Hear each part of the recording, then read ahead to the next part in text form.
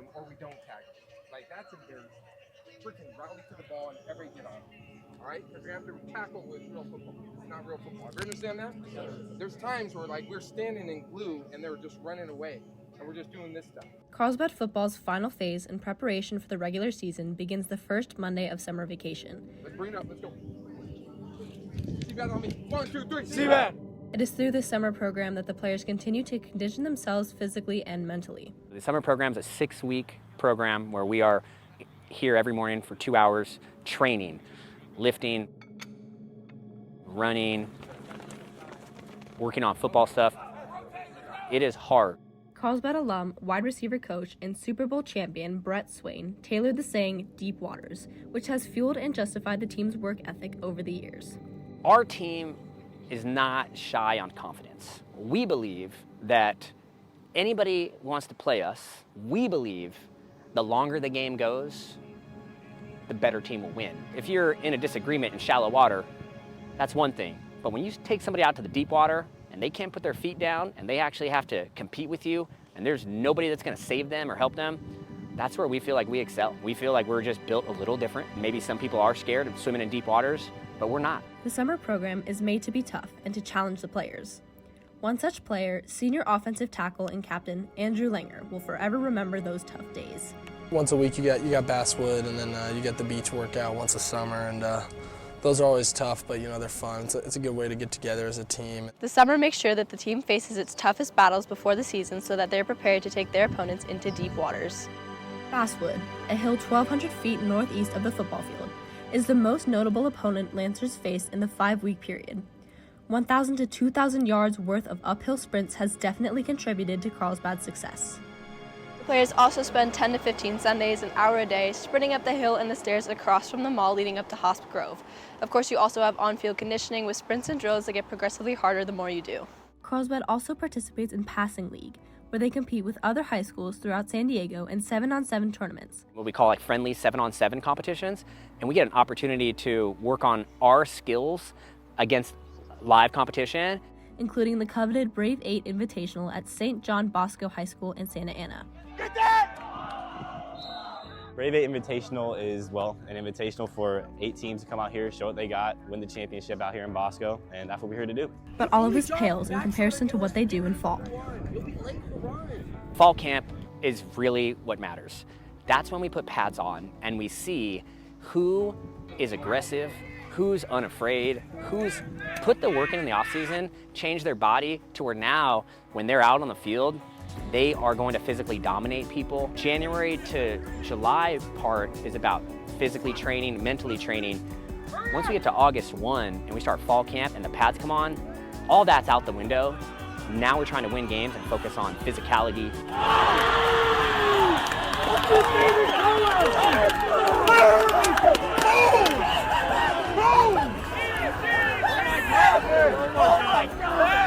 After 2.5 weeks of 3 to 5 hour practices, Carlsbad packed up and headed over to former league rival San Marcos for their scrimmage.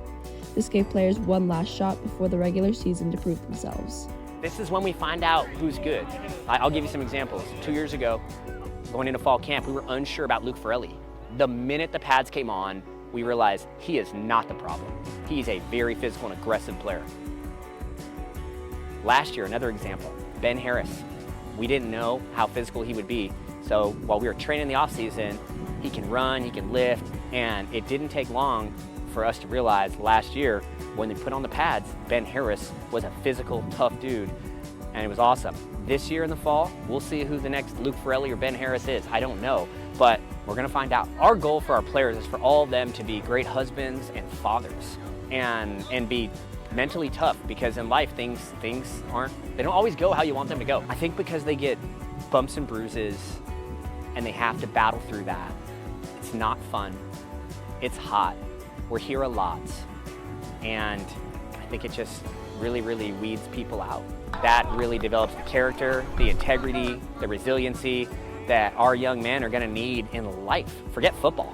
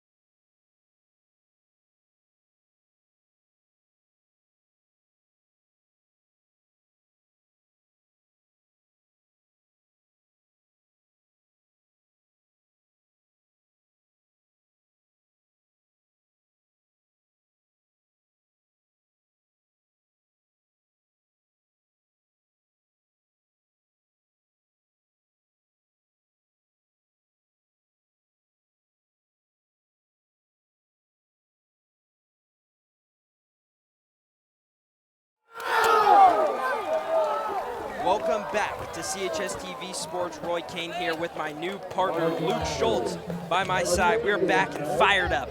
Let me set the scene for you guys at home. The Lancers are coming off a historic team with a historic roster holding 12 collegiate senior football players. So many people are saying it's rebuild time. Time for the down period. No, it's not a rebuild. The culture is the culture here, and the standard is the standard. Yes, it is a completely new team, but the same old standard here at Carlsbad football. Last week, the Lancers lost a tough, gritty battle against the Lakewood Lancers, but now looking for their get-back against the Sea Kings of Palos Verdes. Ladies and gentlemen, kickoff moments away here at Swede Crickmart Stadium. Luke Schultz, tell me your thoughts. First time in the booth. Let me hear it. Yeah, I'm excited, Roy, to be out here for the first time. We have a big game tonight for the 0-1 Carlsbad Lancers versus the 1-0 Sea Kings. It's an exciting game, and see if we can get a big bounce-back win this week. 100%. We need it. I mean, the last time the Lancers started 0-2, I don't even know, but the Lancers have been dominating Dago football for a while. 5 years, 5 Avocado League titles, and we're looking to get another this year. Tyler Pursoon, the Washington kicker commit, number 10, looking to boot this away for a touchback to the Sea Kings. Big 5-star. And away they go. Looks like it's going to be a touchback. Tyler Pursoon get a little chippy with number 27. A little bit of pushing throwing already with Tyler Pursoon. And number 27, do not have him on the roster. We know why, because he's an animal. Let's just talk about the defense, though. 12-minute quarters, though. Long game ahead. The defense, so many new additions. I mean, this team is led by juniors now. Like I said, we lost 12 collegiate seniors from the program. And the juniors have to run the program now. I mean, we even have a sophomore DB right there, Tad Mitchell, number 9. We got number 25, top of the screen, Callum McFarland, cornerback. And we got Liam Wilcox up on top, Colton Thomas, number 7, jogging off. Trent Kellis, another sophomore, running on, subbing out for the knee pads, it looks like. Colton Thomas and Tad Mitchell going to miss the first snap because of the knee pad violation. But a key factor for the Sea Kings in this one is their quarterback, Ryan Rakowski, has some offers, 2027 guy, sophomore. And I heard that he is a factor on the ground. I got to talk to Coach Mack before the game, actually. I asked him, basically, what are some of the key factors for a game like this? And he told me straight up, the QB for Palos Verdes is dynamic, and he goes with the offense as the offense goes with him. And we have to be able to contain him, ladies and gentlemen, to get this one done. Back to snap. Back. Ryan looking for the run. Chase Harris on the pursuit. Looks like he got it away. Last second. Was he in? Toe tack. And it looks like he was out of bounds. It's going to bring up a 2nd and 8 for the Sea Kings. But like I said, this quarterback, Rakowski, is a sophomore, has the legs to move, and definitely has the arm. He even has a couple big offers like Ole Miss, and definitely looking to make a good game out of this one. But it's all about the Lancers tonight. Back in black theme. Wow, we are so dialed, ladies and gentlemen. First home game back. I'm feeling good. This weather's great football weather, and I am feeling good up in the booth. Ryan Third down and 8. Motion over number 7, Marley Moyd. Drops back, looking for number 4. Comeback. Got Callum McFarland. Good ball there. Number 4, Cole Norman with the snag. Back shoulder fade on Callum McFarland. Good ball from Rakowski there. A gain of 37 looks like, all the way into Lancer territory on the Lancers 43. The defense definitely is going to be a huge factor in this game. I mean, we're going to have to stop them up front and get pressure. I see a Sean Crawford out there, a sophomore, or a junior, excuse me, and I see a sophomore, Dane Bapty. A lot of sophomores and juniors on this team, like I said. And then we got Colton Thomas on the edge. Motion over, though. Looks like Ryan Rakowski. Motions over Andrew Habif. Handoff. Oh! Met in the backfield. Boom! Caden Easter with the TFL. Caden Easter, second down and 12 here. Caden Easter, a senior, coming off an ACL injury, bouncing back already, looking to make a huge, huge factor to this defense this year. Especially being a senior on this team, you have to be a big role model for a team like this. A lot of young guys, and you have to set the tone early. Looks like we got Andrew Habif back in the backfield. Got number 15, bottom of our screen, Cameron Hughes. Looks like a nice little read option there. And it's going to be, I think, Chase Harris with the tackle. Only a pickup of 2 for the Sea Kings, and it's going to bring up a huge 3rd down for the Palos Verdes Sea Kings. Roy, I forgot to ask you, what are your odds going in this game? Wow, great question, Luke. I mean, I think the book right now has Carlsbad minus 2.5. Was going in to this game before Lakewood at -5, but after a tough loss, got some reconsideration, minus 2.5. And my props are Connor Hawk anytime touchdown score and Rocky Cummings over 1.5 pass breakups. Ryan Murkowski drops back to pass, and that's a sack!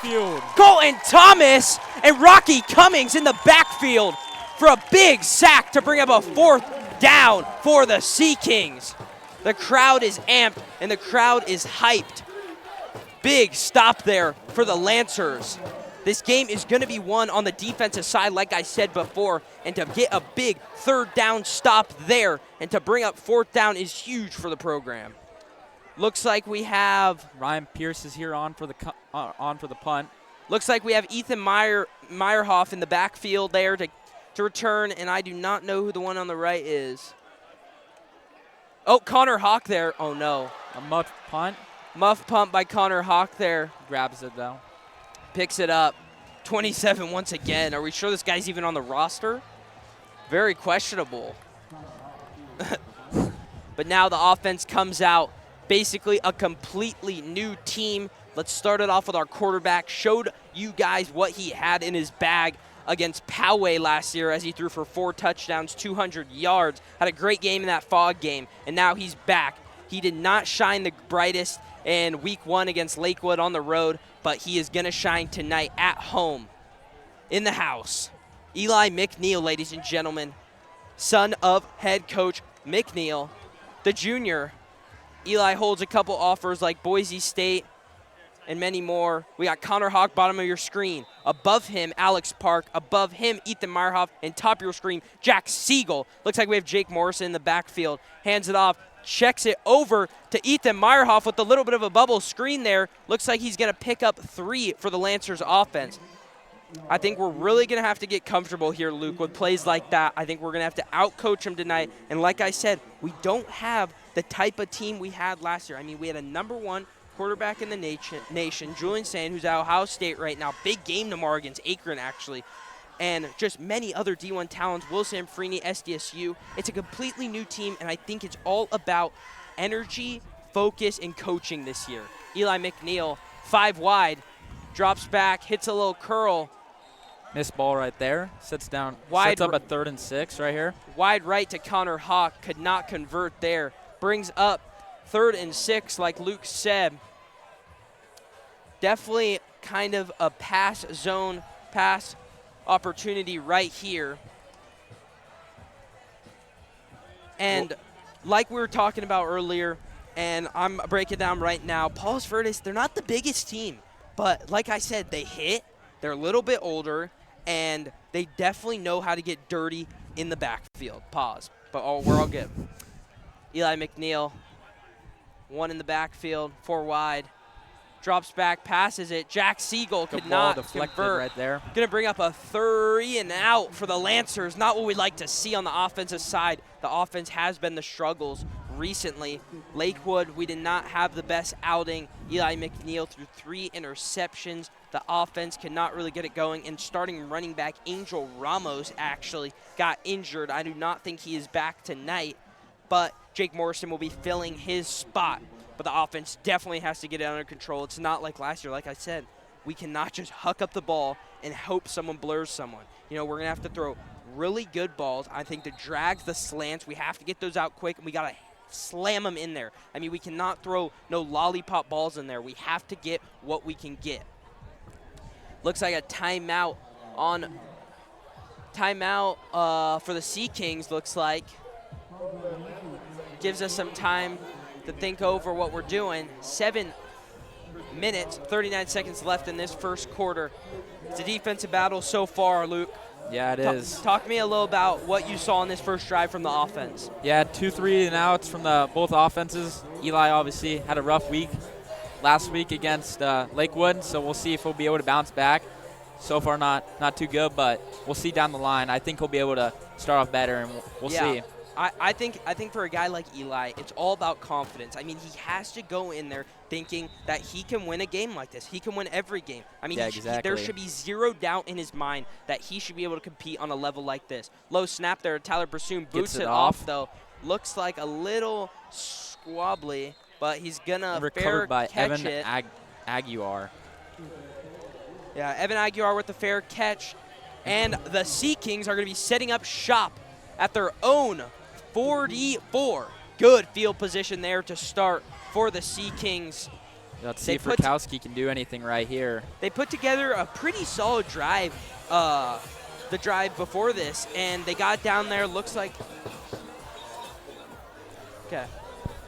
Yeah, looks like he was throwing the ball pretty well, looked pretty confident back there. But now we're going to be sending it down to Avery Gallup live on the sideline to give us an insight on this one.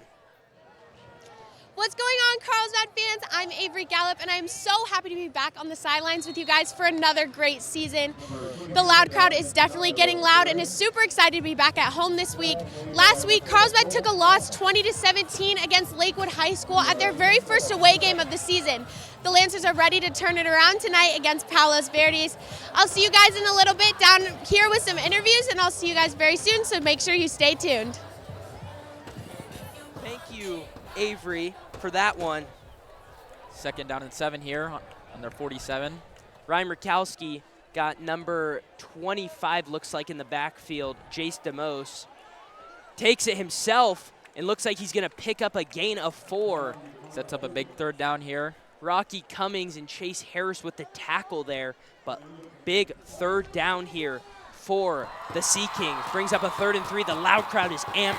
The loud crowd is hyped. Brand new class, brand new year. Carlsbad is dialed in right now.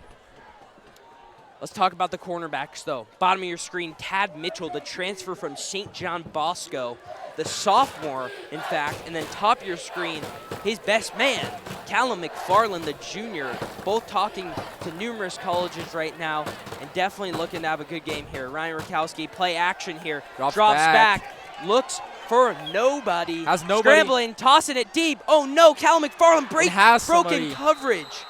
Number 25, Jace DeMose with the snag. Big 3rd down conversion there from the Sea Kings. Cal McFarland lost him back there, scrambling around, and a good ball there from Ryan Murkowski. Stayed poised, stayed connected with his team, and made something out of nothing there. Yeah, good ball from the sophomore there. Good field position right here on the 23. Yup, the Sea Kings moving the chains here on the Lancers, moving close to the red zone on the 23. Ryan Murkowski hands it off to number 9, Andrew Habib, picks up a gain of 4, and they are officially reached the red zone on the Lancers. 5 minutes, 22 left in this first one, and it looks like the Sea Kings are picking up a little bit of their offense right now. Let's talk a little bit about college football. You know, you're a Notre Dame fan. Yeah. Big game this week. Tomorrow. Oh, my gosh, against Texas A&M. Personally, I like Texas A&M. It's just one of those games. They're favored -2.5, just like my Carlsbad Lancers tonight. But I'm liking where they are. Ryan Murkowski sends it deep on Callum McFarland. Does not look like he's going to have him. No penalty thrown. Callum McFarland strapped up their back left corner. Ladies and gentlemen, don't target him. Sets up a big 3rd down here in the red zone. See if Rakowski can do anything with it. But yeah, Roy, back to college football tomorrow. I think Notre Dame gets it done. We haven't done it in the past in big games, but I think tomorrow we can do it. I agree. Big game though, on the road. I mean, college game day. Number 7 in the country, Notre Dame, in your Yeah. down, and you're not favored against Texas A&M. I'm pretty sure it's at Texas A&M, though. Yeah, it So is. I It think is in College that's Station. definitely 100% the reason they're favored. Tough place to play. Ryan Murkowski drops back 4 wide, 1 in the backfield, looking Third to down. send it again. Sends it deep. Testing Morrison, and it's a touchdown. Sea Kings. Rakowski sends it to number 7, Morley Boyd. Back left corner for 6. It's Rakowski 6-0 Palos looked Verdes. really comfortable there in the backfield. Looks like he had all the time in the world, sending it over to Jake Morrison's side and just beat him there. Boyd got him on that corner, and that is 6 for the Sea Kings. Number 20 here. Dylan Freeberry on for the kick and for the extra point. Looking to put him up 7-0 to start the game. And It is good. right up the uprights for the Sea Kings. Rough start here for the Lancers, but the offense needs to get it going like I said. I mean, I think it's going to be one of those games where it's a shootout, and we have to be able to respond. I mean, if they're going to score, a shootout's not a shootout without responding. You know, Exactly. we cannot get scored on here and go 3 and out. That's just simply what we cannot do, ladies and gentlemen. Yeah, Eli has to have a bounce-back drive right here after that last 3 and out. Not even a bounce-back drive. He just has to have a controllable drive. I mean, let's get a couple runs going. Let's move the chains a tad. Like, let's convert a first down and then open up our options to sling the rock. I mean, if we're going to win this game, we're going to be able to run the ball, okay? That's the only way we're going to be able to win this game. If we can move the ball on the ground. I mean, we're not going to be able to throw all day long. We have to have Morrison and our halfbacks have a good one tonight. Let's see if we can do something here. And I talked to Mac pregame on the field, asked him a couple questions, and I was talking to him. I was like, it's almost a completely new team. I mean, I asked him how hard have our boys been working? He told me, he said we have 3 pillars: work ethic, discipline, toughness, and that the boys on this Lancer football team have been putting in countless hours in time for a season like this. Sure, lots of people don't think it's shown right now, but Pub always likes to say that it's not who starts off good, it's who starts off at the end. I kind of butchered that, ladies and gentlemen. That was actually really bad. Oh my gosh.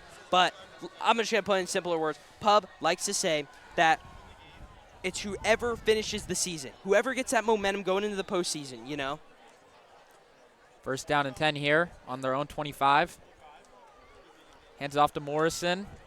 Morrison finds a gap, stays on his feet. Looks like it's going to be 4. Looks like it's going to be a pickup of 7.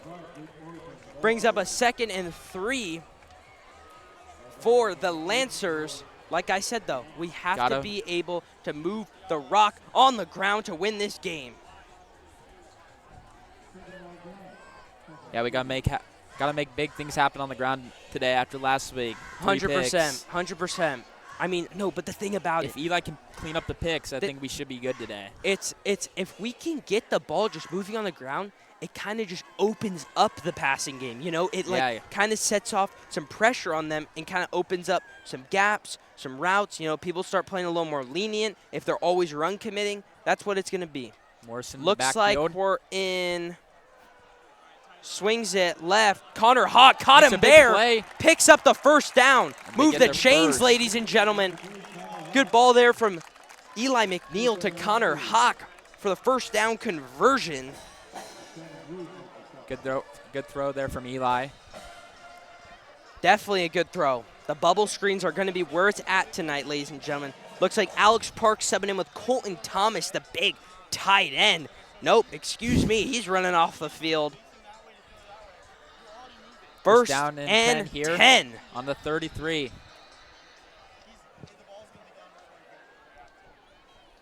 We got Jake Morrison in the backfield, Connor Hawk bottom of your screen, and Jack Siegel pitches it right to Morrison, finds a gap, stays on his feet. No, he does not. The tackle from number 21, Noah Bandy, but it is a pickup of 5 for the Lancers. I like this drive so far here, Luke. Yeah, I like the how ball we're moving on the ground. Yes, I think we're just playing way more just calm on this drive. I think we're just a little bit more locked in here. I mean, when you start the game 3 and out, your opponents go down, drive, easy touchdown, effortless. You gotta be able to go respond. I mean, this is where games get away when you have to punt the ball. You know, you can't move the chains. Yeah. This is a huge factor here. Looks like we got a heavy set here. Morrison, 2 tight ends. Connor Hawk, bottom of your screen. Hands it off to Morrison. Finds a big hole. Misses a couple tackles there. Looks and it's like going to it'll be another. 3rd and short. Give me a pickup of 2, and yes, a 3rd and short. 3rd and 1 for the Lancers approaching on midfield. As the first quarter ticks down to that 2-minute mark. Big 3rd down right here, Roy. Huge 3rd down. And it looks like, no, it looks like we. Looks like they picked it up. No, looks like we're moving the chains. Yeah. First down here for the Lancers. A little questionable there, but all good. We'll take it. Good Brings run there up from Morrison. A 1st and 10. Eli McNeil. We got 4 wide here. 1 in the back. Morrison. I say we keep it on the ground. Calls motion. Ethan Meyerhoff hands Morrison it off. with the ball. Morrison picks up a gain of 2 there. 2nd down and 8 here. Roy, going back to the college football tomorrow, 9 a.m. Big game to start off the season. Georgia and Clemson. Who do you got? I think the spread in that game is Georgia -13, and my take is I think Cade Klubnik, big season coming his way. Dabo Sweeney, I mean, he shut off his live interviews on his podcast. Looks like he's dialing in a little more, but I really think Clemson's going to play him tough. I really do. I think they're going to cover, but they will not come out with the win. I think Georgia's going to win that game, but definitely take Clemson +13. Like to we hear got it. Jake 2 Morrison up in the top. backfield. Morrison hands it off again, finds a big hole. Morrison picks up 5 here for the Lancers to bring up a definitely goable 4th and 2 for the Lancers. 3rd down here. 50 seconds Clock left. winding down. Not 4th down, excuse me. 3rd and 2. I mean, You got to think, though, if they don't get it here, they got to go for it. yeah, 100%. This is definitely going for it territory right here. Do they hand it back to Yes, Morrison? They have to keep the ball on the ground here. I mean, they can't stop them. We're averaging 4 yards a gain on the ground right now. We got Connor Hawk, middle of your screen, and that looks like Jack Siegel, top of your screen. Hands it off, like I said. Morrison Another run, finds a and he gets big the gap big and hole. a big gain for Now 8 first yards. down. Morrison moves the chains and finally pursues into the Sea Kings territory. We're going to be setting up this 1st down right here on the Sea Kings 41. Clock winding down. Looks like we're going to send this into the 2nd quarter right now. All right, and I would like to give a big shout out to the Kane Search Group, a leader in biotech executive searches, and also would like to give a big shout out to Fix Auto. Thank you very much. Yep, and another shout out to our sponsors, Brightway Insurance, Mossy Nissan, and all of our sponsors that are featured on CHSTV's website at chstv.com, where you'll find all the links to their respective websites. Thank you again for sponsoring CHSTV Sports, and we're hoping you're enjoying listening to my guy Luke Schultz and me tonight.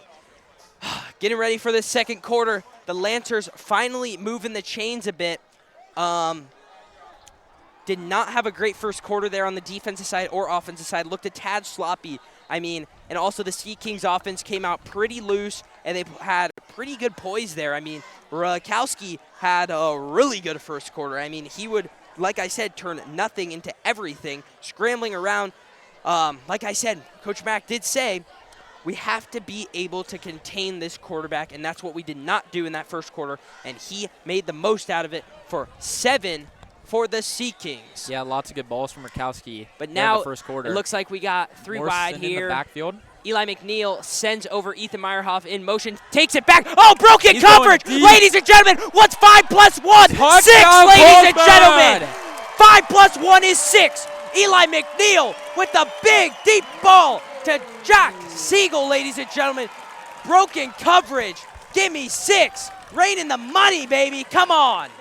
That is what we need from the Lancers. Huge, huge, huge opening to this 2nd quarter. That is the momentum we needed, and that is the type of ball we needed from Eli McNeil. Yeah, great throw there. That might be the type of thing you need to see for this offensive side. Your young quarterback, a junior, just getting comfortable, getting a ball like that, converted into the end zone for 6 is something that he thrives on, and he needs to be able to bounce with that and move with that touchdown, ladies and gentlemen.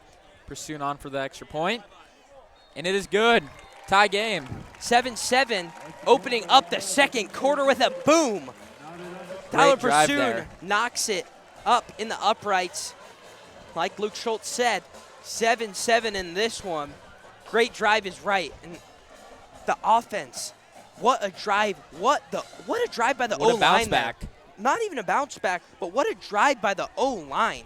I mean, they really were the key factors in that drive there, opening gaps for Morrison. And Morrison not going down. I mean, breaking numerous tackles and moving the chains for the offense. And oh my gosh, ladies and gentlemen, I'm feeling great. I'm amped. And what a ball to Siegel. 100%.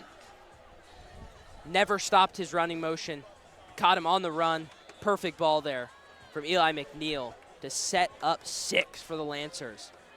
And we are all tied up here, and Pursuit is on to set it away. But when we have the run game like we just did there, we can toss the ball. We can throw it. We put the ball on the ground, made the defense a tad bit uncomfortable. I mean, I think we ran it 7 straight plays, 2 first downs converted, and then we opened up the second quarter, and launched it deep. I think the defense was not expecting it. We caught them on their toes because they were expecting the run. I mean, the cornerback didn't even know what land he was in. I mean, that dude was frozen in time. Jack Siegel broken coverage for 6. Yeah, Jack ladies Siegel, and gentlemen. what a route. And Palos Verdes is back here on the offense. Rakowski running out. Got the loud crowd amped up with the pom-poms. Back in black theme tonight, ladies and gentlemen. Rakowski, 1 in the backfield. Habib, bottom of your screen is going to be Evan Aguirre. Got 4 wide here. Sends number 41 in motion, Max Bates. Hands it off to Habib. Looks like the defense swarms him there. Only going to be a pickup of 1 and going to bring up a 2nd and 9 for the Sea Kings. I think the defense is swaying in motion right now with this offense. I think they're picking up the energy that we just left. And I think the team is feeling good right now. Yeah, the D-line's looking solid. Habib swallowed there. Just such a young D-line, ladies and gentlemen. I mean, look out for this defense in the next couple years. I mean, this incoming freshman class that are freshmen right now, this sophomore class and our junior class is looking really strong right now to build this program back to where it was. Yeah, all new starters pretty much. Rakowski looks like 4 wide again, 1 in the backfield. Takes it back, drops back, steps up in the pocket, slings it down. Dumps it off. Looks like he dumped it off to number 6, John Sarmiento. And they will pick up the first down.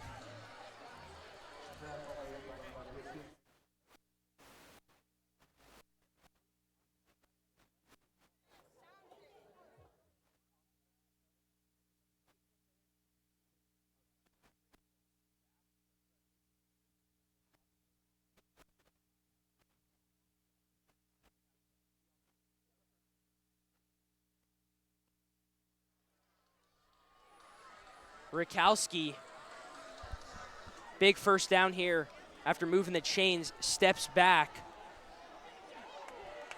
And he's going to pick up 1 there on the kick out.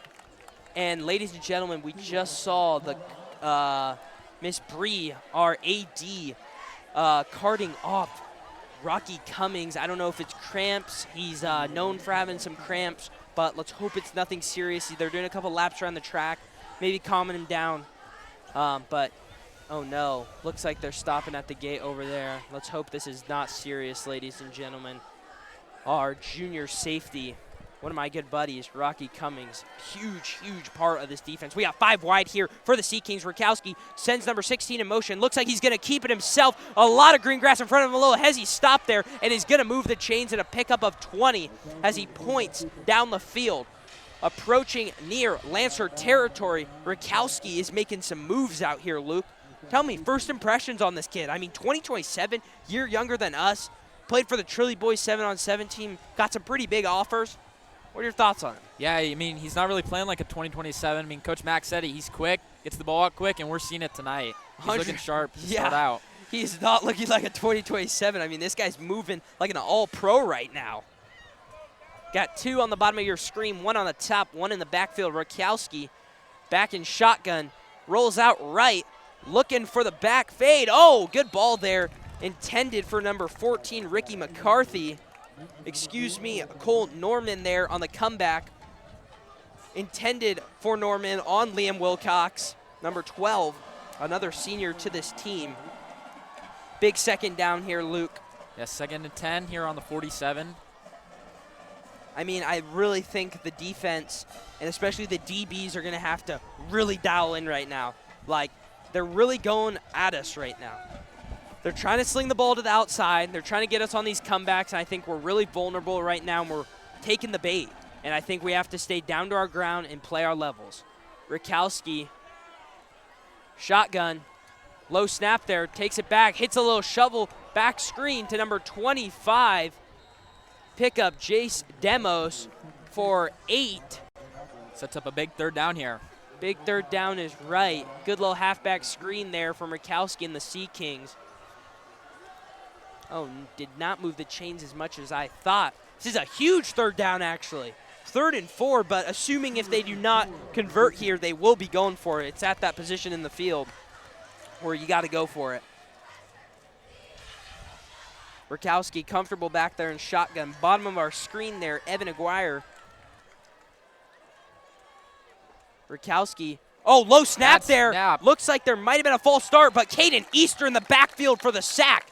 And the D-line swarms Second time getting in the backfield there tonight. Let's see what and the it flag looks is. like the flag was on Palos Verdes. Yeah, we see Coach Pub there down there looking like he's declining, signaling to decline, and it's going to bring up a 4th and 4. They don't want to give him that chance of that 3rd and 9 because they know this type of team can convert on a 3rd and 9. And looks like the punt team is going to be sent off. He's going to come off the field. Rakowski not getting a chance for this 4th and 4. Excuse me. 4th and 10. I forgot that we got the sack there, Caden Easter. Good decline there from Pub. Sea Kings back there, low long snap there. Looks a little wobbly. Peter. Oh! Wow, and great. Carlsbad's going to have bad field position here. That was a great punt by number 36, Ryan Pierce there. The Lancers are going to set up shop inside their own 10 on the 6-yard line. Has a big drive to make here. Eli McNeil, though, and the offense showed us what they just did in the previous drive, and I think they have it in them here again. Yeah, great last drive from Eli and Jake Morrison, the whole O-line. The O-line is playing good. I mean, we got Remy Boy at center, our big tackles. We have Kai Jacobowitz, the Duke commit, academic weapon there. Then we go to our left side. Down to our left side, I want to say that's Nathan Allen, and interior, I think it's Noah Seferdini and Andrew Langer. Looks like Eli McNeil under center, pitches left to Morrison, does not find a hole and stuffed up in the backfield by number 2. Does not have him on the roster either. And Morrison is a little shaken up. Oh no. Not good a sign there. No, that does not look good. No. Especially after the big loss last week. Jake Morrison, ladies and gentlemen, I just saw that his right foot looked really bad. I mean, it looked totally out of place. Ladies and gentlemen, please, everyone watching at home, send your prayers. Jake Morrison, the senior, the captain. This does not look good, ladies and gentlemen. We have Bree over there taking care of Rocky Cummings, getting him carted off the field. We don't even have our head AD. Definitely have a lot of help there, though. A good staff. Oh, no. Jake Morrison tosses his helmet there in frustration. This does not look good. We could tell by the reactions. Connor Hawk coming off the field looked a little shaken up there walking off. Definitely saw something that I saw.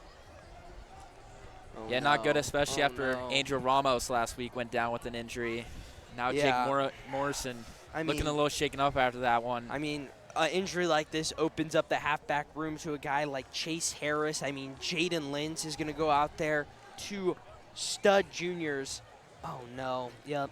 This is not good, ladies and gentlemen. This looks like a broken leg. Definitely not good. God. Senior season. I hate this. And not something you want to see, Roy. No. Especially as our captain. I was there last year when I snapped all 3 bones in my left arm. It is not a pretty sight, ladies and gentlemen. Gosh, I feel bad for the kid. Just a leader out on the field, a role model for the younger guys, just an overall great captain. We see Miss Bree heading over there on her cart. Gosh, this does not look good, ladies and gentlemen. They're putting on that kind of like puffy cast where you can't really look at it. It's holding itself in place. That's what they did with my arm. This is not a good sign, ladies and gentlemen. But back to the football. Everyone, send your prayers and condolences to Jake Morrison out there, our starting running back and linebacker. This is a huge loss to the Lancer football team. Chase Harris getting stretched out there by Coach Roy Holmes, the strength coach, dialing in our boys, hoping no cramps. And I think Chase Harris is expecting and getting ready to play both ways. I mean, pull Travis Hunter. I mean, let's talk about that Boulder game. Oh, my gosh. How have we not brought that up? North Dakota State put it on a fight. You knew North Dakota State was going to bring a fight to that game. They always play good. I mean, North Dakota State's just like a cheeky team like that. I know, you know. Exactly. But oh my gosh, I mean, Travis Hunter. Travis Hunter is on Heisman watch. Shador's on Heisman watch. As a round of applause comes from the stands, Morrison getting carted off, put in the back of the cart there. Looks like all the boys in the team are going over to say their goodbyes and wish him luck. That's a good teammate, good group of guys over there. Gosh. And we wish the best for Jake Morrison. 100% wish a speedy recovery. And we hope it is going to be all good. Yeah. Looks like they're sending him over to the gate. Oh, no. Gosh. All good, though. 8:44 left in this second quarter. Good defensive stop there from the Lancers. And now we are getting the ball back in position to make the most out of it. Alex Park coming off the sideline, number 17 there. Caden Easter coming in with Eli McNeil. And Chase Harris is now in the game. Yep, and we got Colton Thomas running out there. No, excuse me, not Chase Harris. Colton Thomas there. And it looks like... Wait.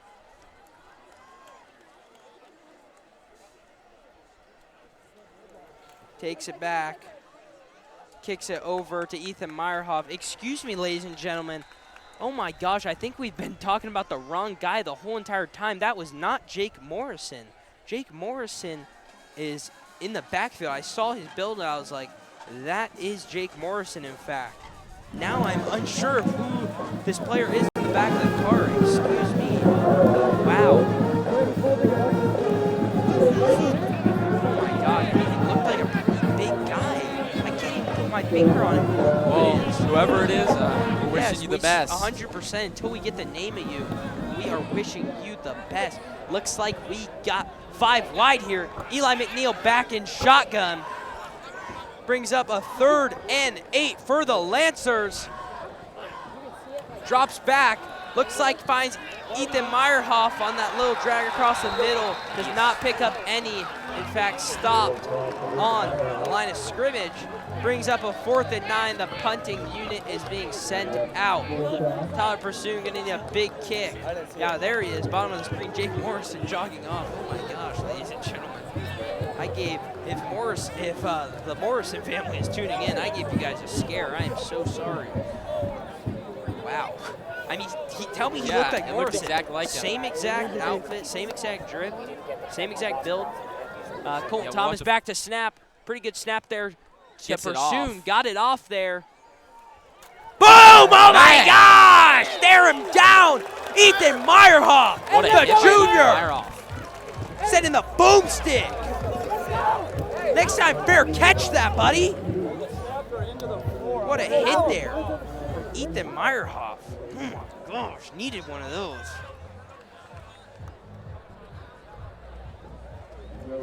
Still looking at this card, trying to find out who it is. But now the Sea Kings once again setting up great position in Lancer territory, already setting up shop. 1st and 10 on the Lancers, 39. We got Rakowski back there.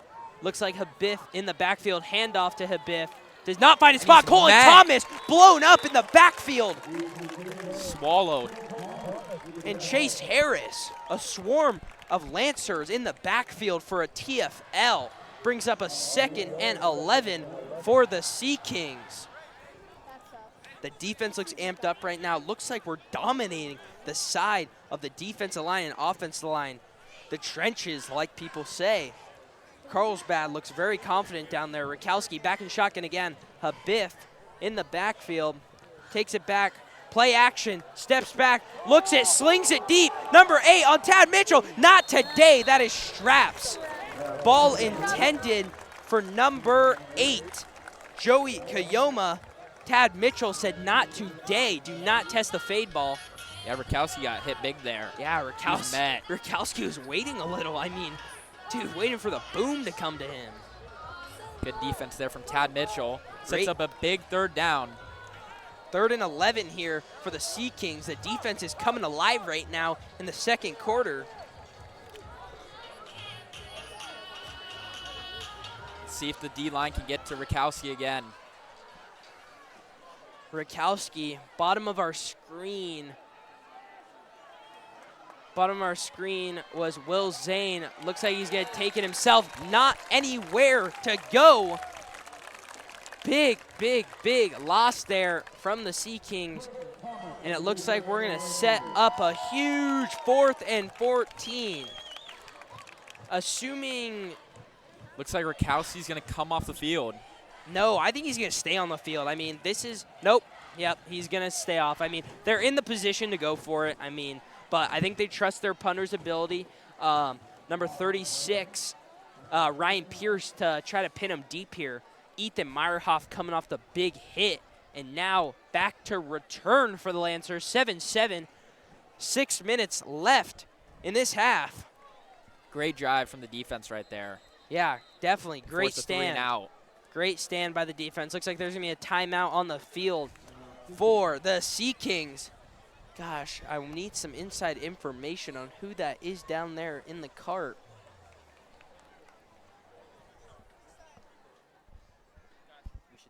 We should ask Avery who it is. Hey, is there any way we could send it down to Avery to check on what player got injured? The other schools think you did everything.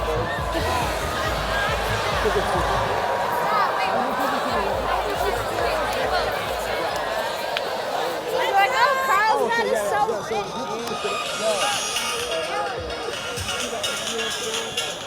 Oh, shit.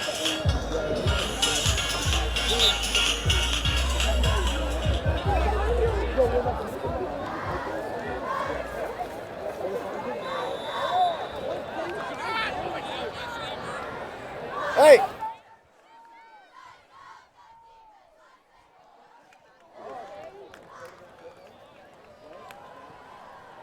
Are you guys sure it was 45?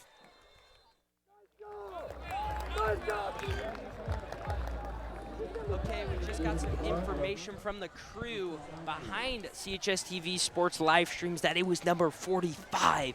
Luke and I know him, played baseball with him our whole lives. Trent Kellis, the sophomore defensive lineman. Great athlete. Great athlete is right. Big kid. Looks like the ambulance just pulled up right now.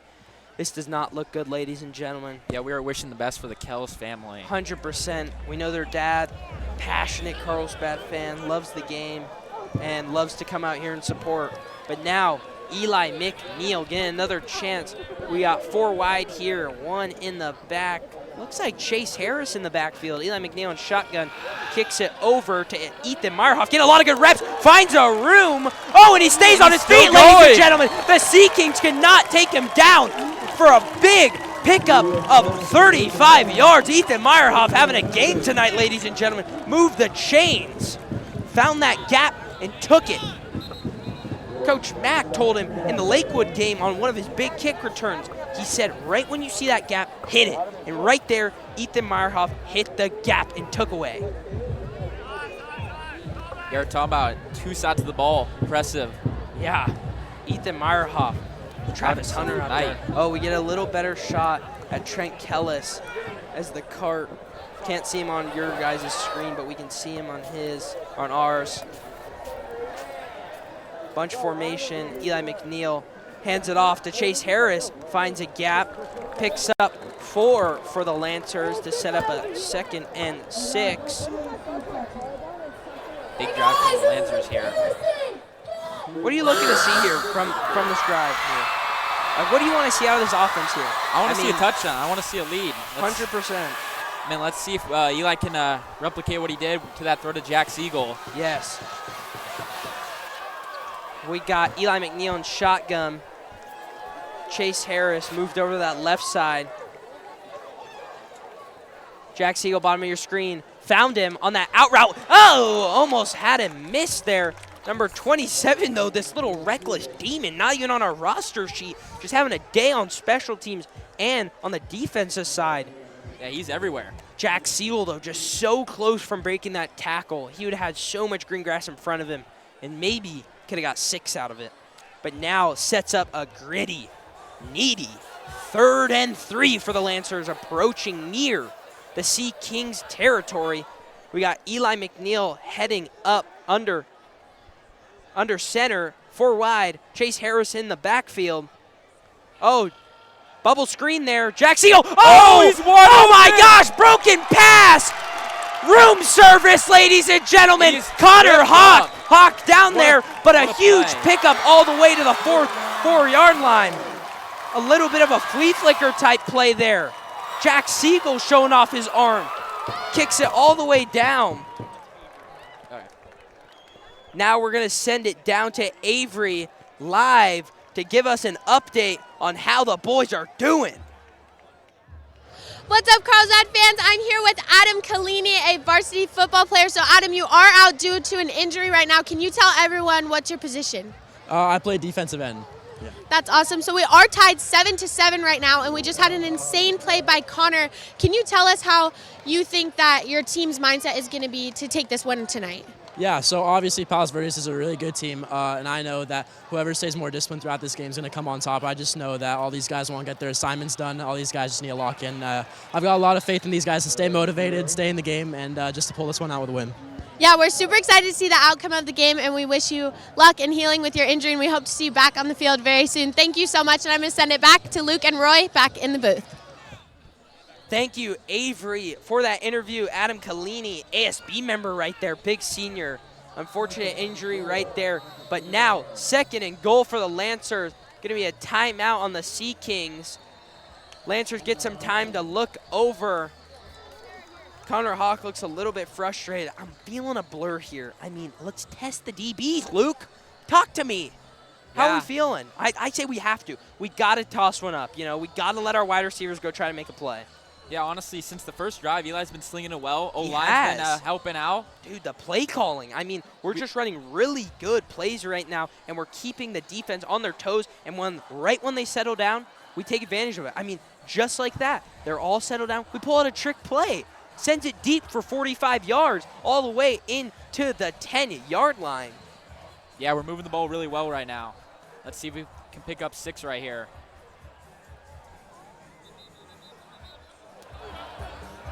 Three minutes left here in the second quarter.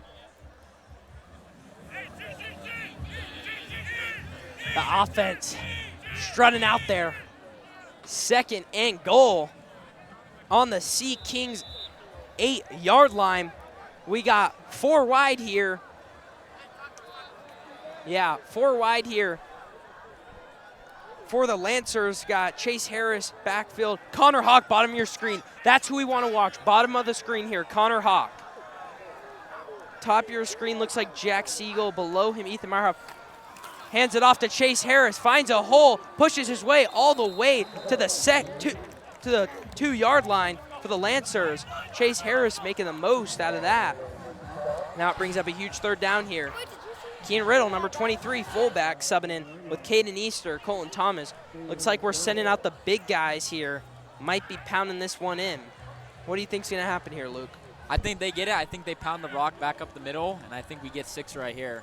100%, and I think we're playing kind of that risky type offense. If we don't convert, I say go for it. 100%. Yeah, definitely looks like a pretty bunched up formation here. But Connor Hawk, bottom of your screen, ladies and gentlemen. Eli McNeil looks like he's going to go under center here. Chase Harris in the backfield. Heavy. Chase Harris sends it in. Looks like he's in for 6, ladies and gentlemen. The Lancers find themselves a lead, and Chase Harris with the heel click, following in his brother's steps. Ben Harris, his signature selling. Chase Harris in for 6. I mean, we're talking about both ways here. Chase Harris going both ways on that defensive side and now offensive side. 100%. Great run, great drive. Like you said, though, Luke, I say we run the ball here. That's what we did, and I don't think we should go away from the run when it's working.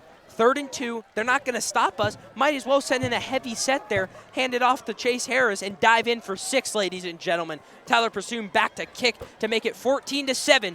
2 minutes left in this half. Oh, muff punt there, Tyler Pursoon. Oh my gosh, struggling. A couple juke moves, almost made it.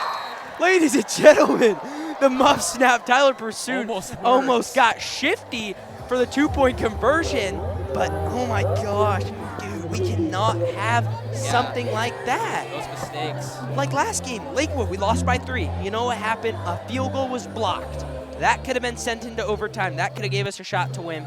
As we got a little amped up and funny there, that is a serious play. I mean, yeah, hopefully that doesn't come back to hurt us. Yes, 100%. We do get ball, though, to start second half. That is so big for the team. Oh, no. Looks like ambulance out there. We got a fire truck. This does not look good. God, Trent Kellis, I really hope he's doing well, ladies and gentlemen. Yeah, we wish him the best, and the Kellis family. Yeah, the sophomore stud baseball player and football player on varsity. Tyler Pursoon, though, back to kick. Lancers lead it 13-7. 2 minutes, 6 seconds left in this half. Tyler Pursoon looking for a big touchback here. Kind of needs something to get his confidence back after that muff snap. Oh, and he boots it.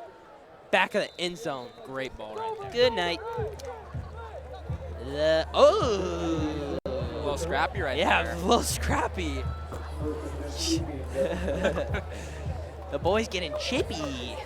Let's see if the defense can put another great drive together. Yes. After the last 3 and out.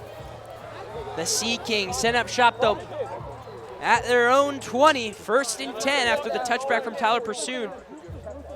This is where we cannot let up anything big here. You know, 2 minutes left in this first half. No broken coverage. No just explosion-type plays. We need to contain here, and we need to minimize the damage. Rakowski back. Play action there. Takes it to the left. Scrambles. Oh, a Sean Crawford in the backfield. Amped up. First varsity sack, ladies and gentlemen. A Sean Crawford.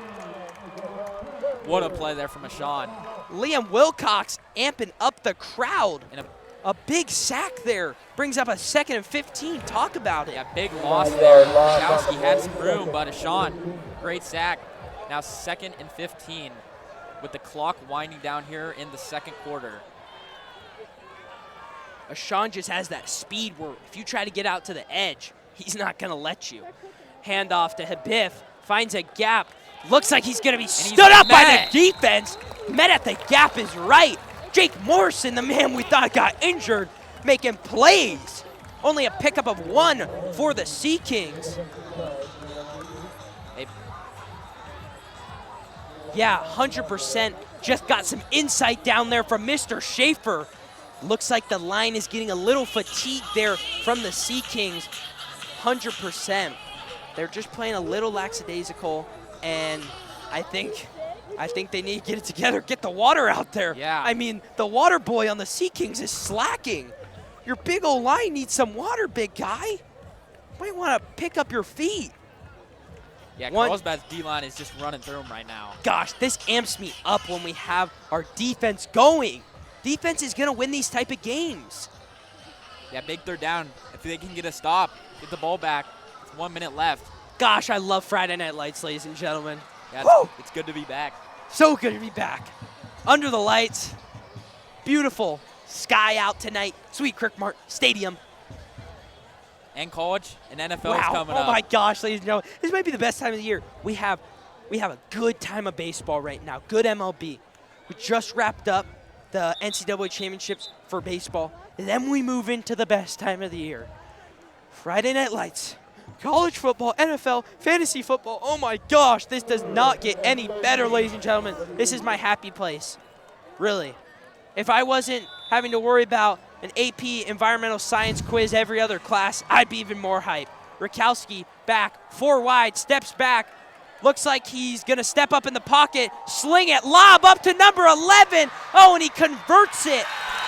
Ah. Great ball from Rakowski there. A little bit of broken coverage. 100%. Evan Aguirre converts and moves the chains. And they will have the ball around midfield with 1:10 here. I will really like to say, though, Rakowski is so poised for a sophomore. I mean, he just takes his time, and he makes the most out of it, and he goes, makes plays happen. Stays in the same formation here, 4 wide, 1 in the backfield, Habif. Rakowski in shotgun, low snap, steps back. Looks like he's going to test. Callum McFarland deep. Good To defense Evan right Aguirre there. again. Callum McFarland staying on his hip, trailing him. Great defense there. Not today. Sets up a 2nd and 10 here, and this is when Rakowski and the Sea Kings are going to start to test us, you know. Yeah. 50 seconds left. They know they're not getting the ball to start the second half. They got to get some points on the board from this drive.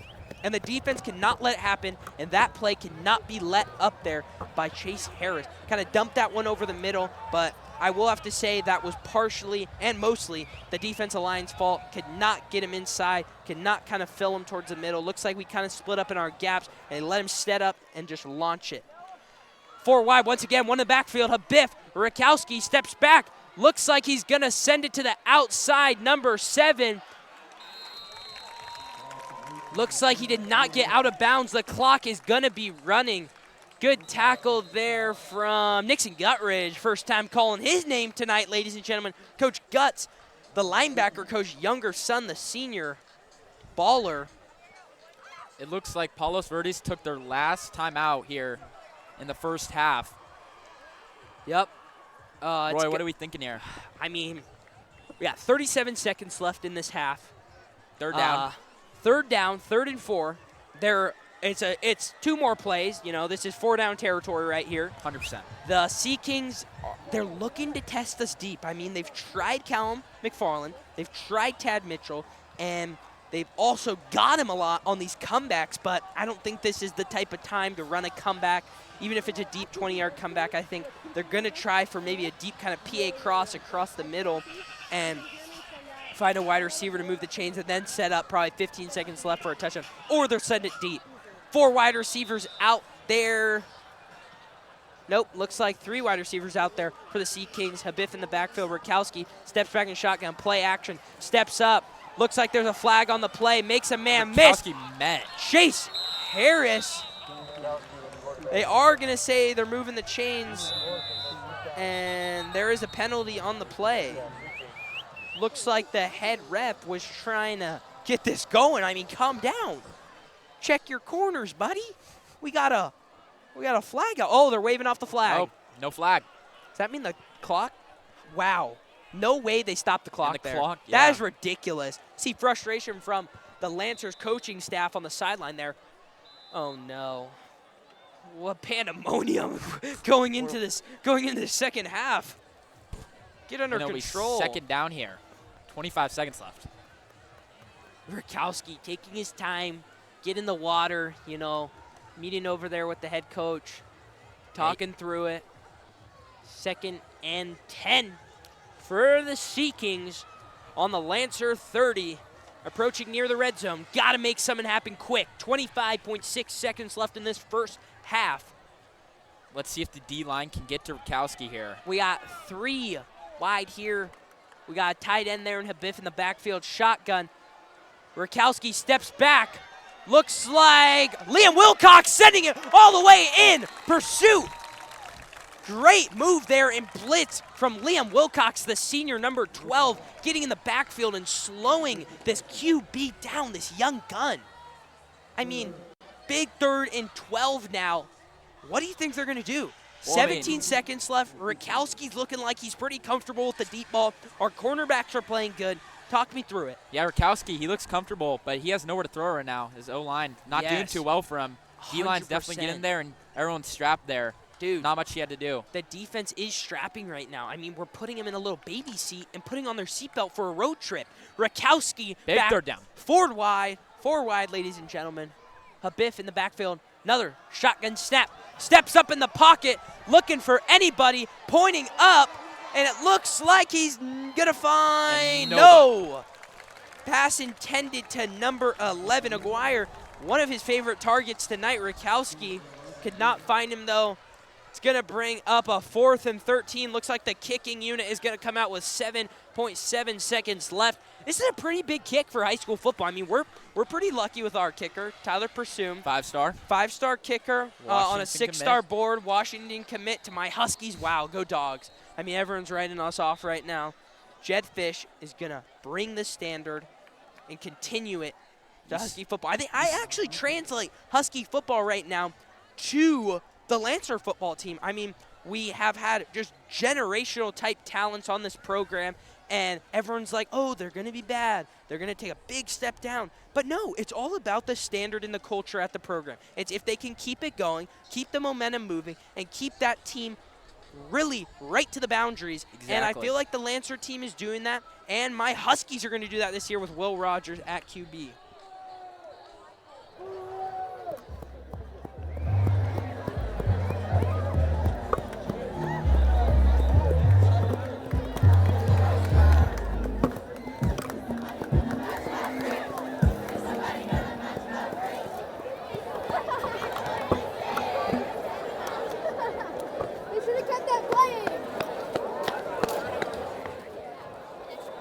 We are back.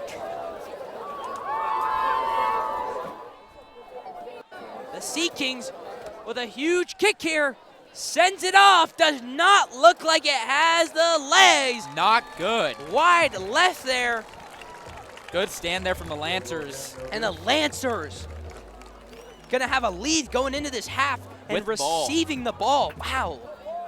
This is a great spot to be right now. The all-black unis, we're dialed in. We mean business. We're at home, but this is still a business trip. I mean, once you get out of 6-period football PE, go over to Jersey Mike's maybe, you know, you're locked in. Clock in some film on Huddle. Dial in. Looks like we're probably going to send this to halftime. 2 seconds left. Most likely Eli McNeil is going to take this, kneel it, and send it over to halftime. And coming up, ladies and gentlemen, viewers at home, Doubt Us, Episode 3, produced by Cash for Cy and many, many CHS TV students. I mean, just countless effort, countless work. Let me talk about Doubt Us right now. Doubt Us is a documentary on the season that Cash for Cy, my old partner, but now Luke Schultz dialed in the booth with me. He is doing a documentary-type series on this team this year, the seniors and what we have been through. And like I said, people are doubting us, and that is where the title comes from. Doubt Us, ladies and gentlemen, is coming up soon. Lancers lead 13-7 going into the second half. Wow, Luke and I are just having a great time up here. We're feeling good, energy's flowing. I mean, it's good especially when we got some plays working. I mean, that flea flicker from Siegel to Hawk, even though he got Hawk down. Okay, that was really bad. I shouldn't say that again. And then, I mean, the deep ball to start off and respond. Jack Siegel, deep ball, Eli McNeil connected. What else have you been seeing from this team? Yeah, I mean, it was a little bit of a slow start there in the first half, but eventually the Lancers offense definitely got it going. Yeah. And both O-line and D-line were absolutely just destroying up there in the front. 100%, and I think the defensive line, like you said, to key in on, I think they are the key factors in the game tonight. I mean, they are the talent that keeps on growing right now, despite the loss once again from Cenk Kellis, the sophomore. Prayers out to him and his family. Hope for a speedy recovery as the ambulance took him off the field, carted him off. But the defensive line is keeping us in this game. It's giving the offense opportunity to go get points on the board, and the offensive line for the Sea Kings looks a tad bit fatigued. I mean, they need those timeouts. They need those water breaks, ladies and gentlemen. But the offense is electric right now. I mean, Eli McNeil's getting it going. Jake Morrison, Chase Harris is keeping it going on the ground. I mean, talk to me about the halfback room. Yeah, I mean, obviously, with Trent Kellis getting hurt, we, again, wish him the best, but Jake Morrison really had a great half. And even Chase Harris coming up clutch there down the stretch. 100%. And, yeah, it was a great half. Chase Harris sending it in for 6 as our last score, but an unfortunate missed field goal attempt there, kind of a botched snap from Colton Thomas and a botched hole we cannot see, but let's really hope that field goal, that PAT does not come down to it. Yeah, hopefully. That would be terrible, ladies and gentlemen. 13-7 though, Lancers are leading. We will be back shortly, and now we're sending it over. Dallas, episode 3, Cash for Cy. Let's see it.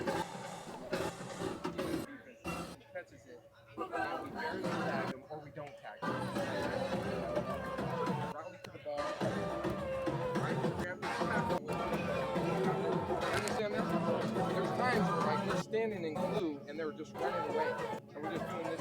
Carlsbad football's final phase in preparation for the regular season begins the first Monday of summer vacation. Let's bring it up. Let's go. See-bat on me. 1, 2, 3. See-bat. It is through this summer program that the players continue to condition themselves physically and mentally. The summer program is a 6-week program where we are here every morning for 2 hours training, lifting, running, working on football stuff. It is hard. Carlsbad alum, wide receiver coach, and Super Bowl champion Brett Swain tailored the saying, "Deep Waters," which has fueled and justified the team's work ethic over the years. Our team is not shy on confidence. We believe that anybody who wants to play us, we believe the longer the game goes, the better team will win. If you're in a disagreement in shallow water, that's one thing. But when you take somebody out to the deep water and they can't put their feet down and they actually have to compete with you and there's nobody that's gonna save them or help them, that's where we feel like we excel. We feel like we're just built a little different. Maybe some people are scared of swimming in deep waters, but we're not. The summer program is made to be tough and to challenge the players. One such player, senior offensive tackle and captain Andrew Langer, will forever remember those tough days. Once a week you got Basswood, and then you get the beach workout once a summer, and those are always tough, but they're fun. It's a good way to get together as a team. The summer makes sure that the team faces its toughest battles before the season so that they're prepared to take their opponents into deep waters. Basswood, a hill 1,200 feet northeast of the football field, is the most notable opponent Lancers face in the 5-week period. 1,000 to 2,000 yards worth of uphill sprints has definitely contributed to Carlsbad's success. The players also spend 10 to 15 Sundays, an hour a day, sprinting up the hill and the stairs across from the mall leading up to Hosp Grove. Of course, you also have on-field conditioning with sprints and drills that get progressively harder the more you do. Carlsbad also participates in Passing League, where they compete with other high schools throughout San Diego in 7-on-7 tournaments. What we call like friendly 7-on-7 competitions, and we get an opportunity to work on our skills against live competition, including the coveted Brave 8 Invitational at St. John Bosco High School in Santa Ana. Brave 8 Invitational is, well, an invitational for 8 teams to come out here, show what they got, win the championship out here in Bosco, and that's what we're here to do. But all of this pales in comparison to what they do in fall. Fall camp is really what matters. That's when we put pads on and we see who is aggressive, who's unafraid, who's put the work in the offseason, changed their body to where now, when they're out on the field, they are going to physically dominate people. January to July part is about physically training, mentally training. Once we get to August 1 and we start fall camp and the pads come on, all that's out the window. Now we're trying to win games and focus on physicality.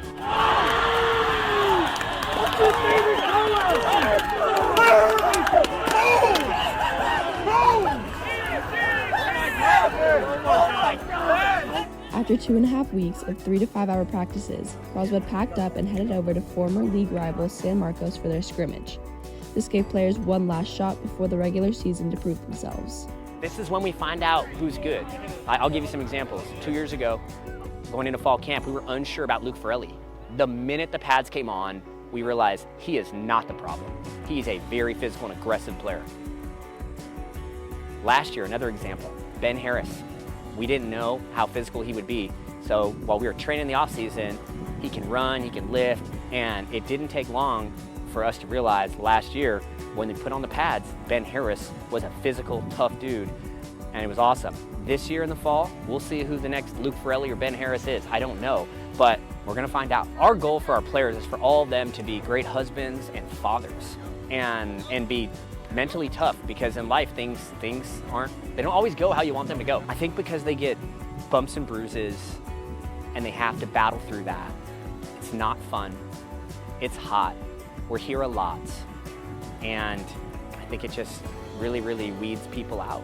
That really develops the character, the integrity, the resiliency that our young men are gonna need in life. Forget football.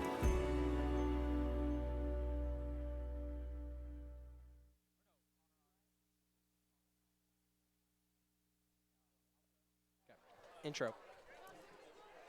All right. Thank you, Cash, again for a great episode of Doubt Us. And now we're going to roll it over to one of the flea flickers there in the first half. Eli McNeil to Connor Hawk to Jack Siegel. Let's roll it. Okay, let me talk about it right now, ladies and gentlemen. Let's pull up the clip. I mean, Eli McNeil slinged it to the right there. Couldn't really see it, but big trick play. I mean, swung it right. Jack Siegel.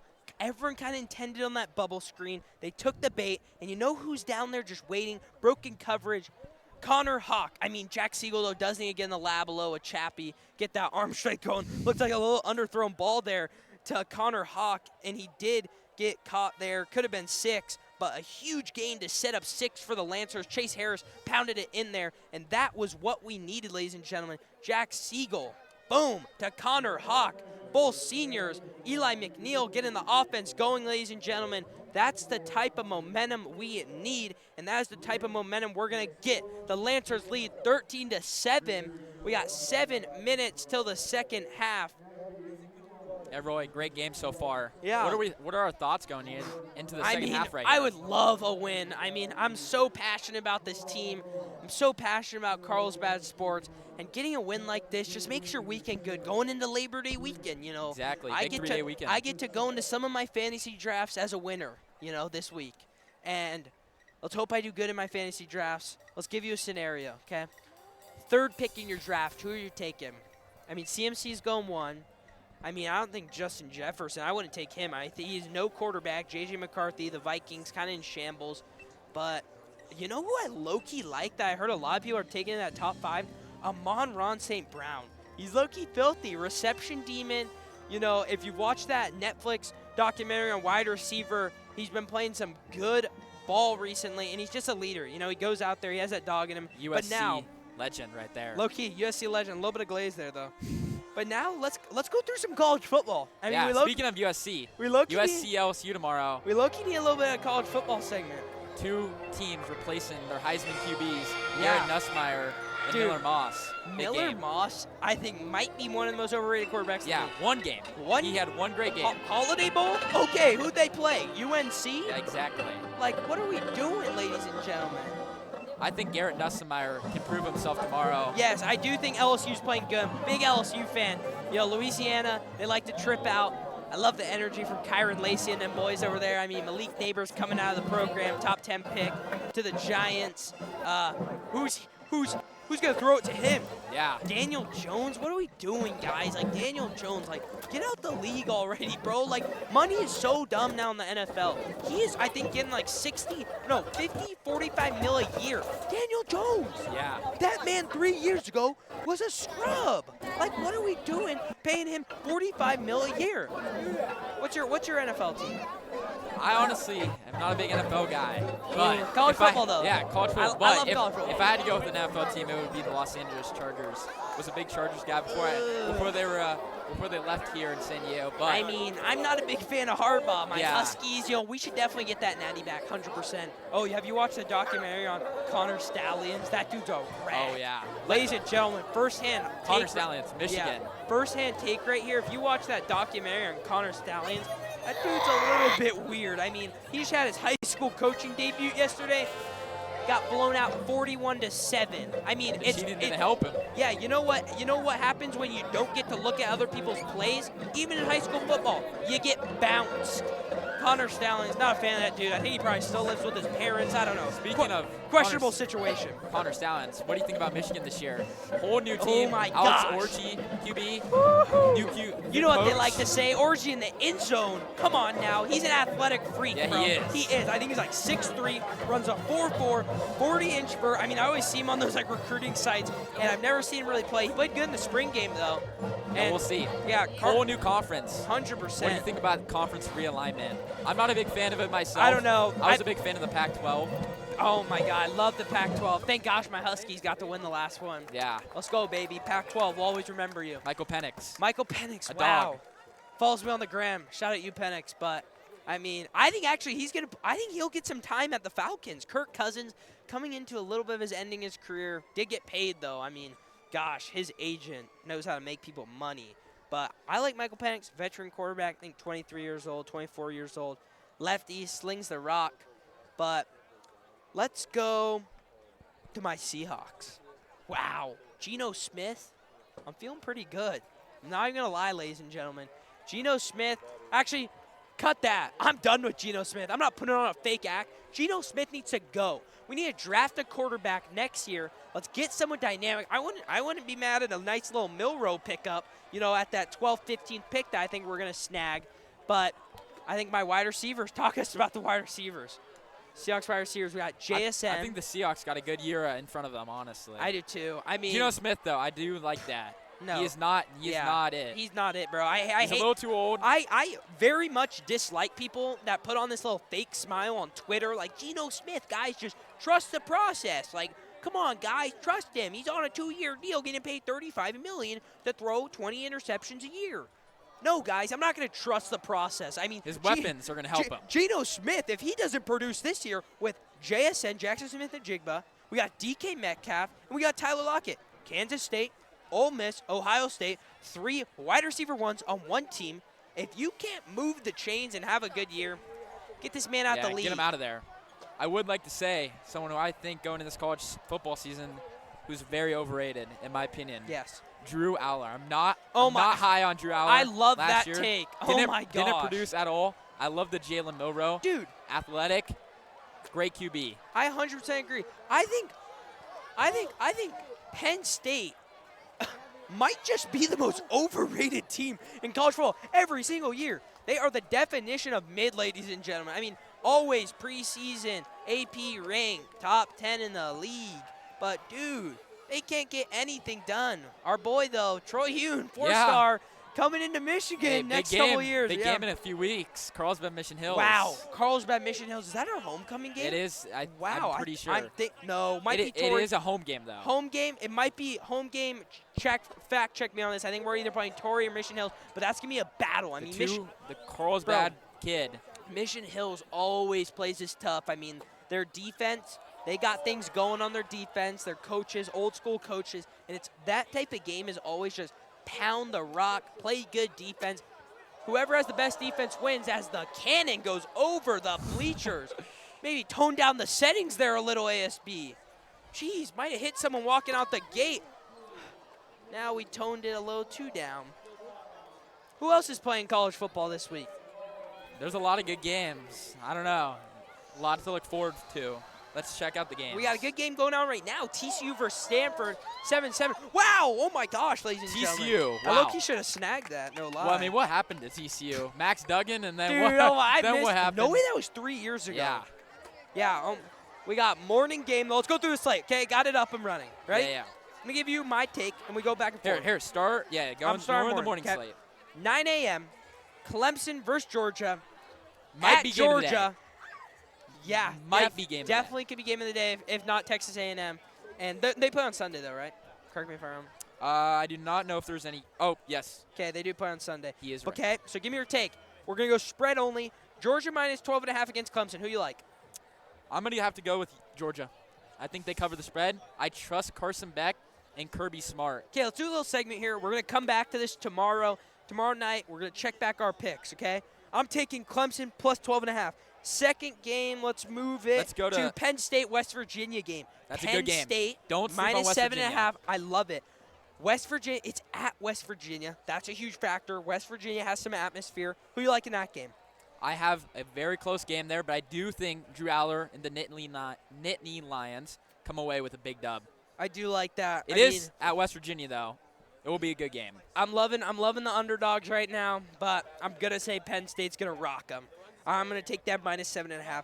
Let's move up That's to a big game, 12:30 at Florida. Let's go up. Miami versus gosh. Florida. That Florida. might be game of the day. At the Swamp? Florida, What are we hardest schedule talking in the about? country. 19 Miami. Low key.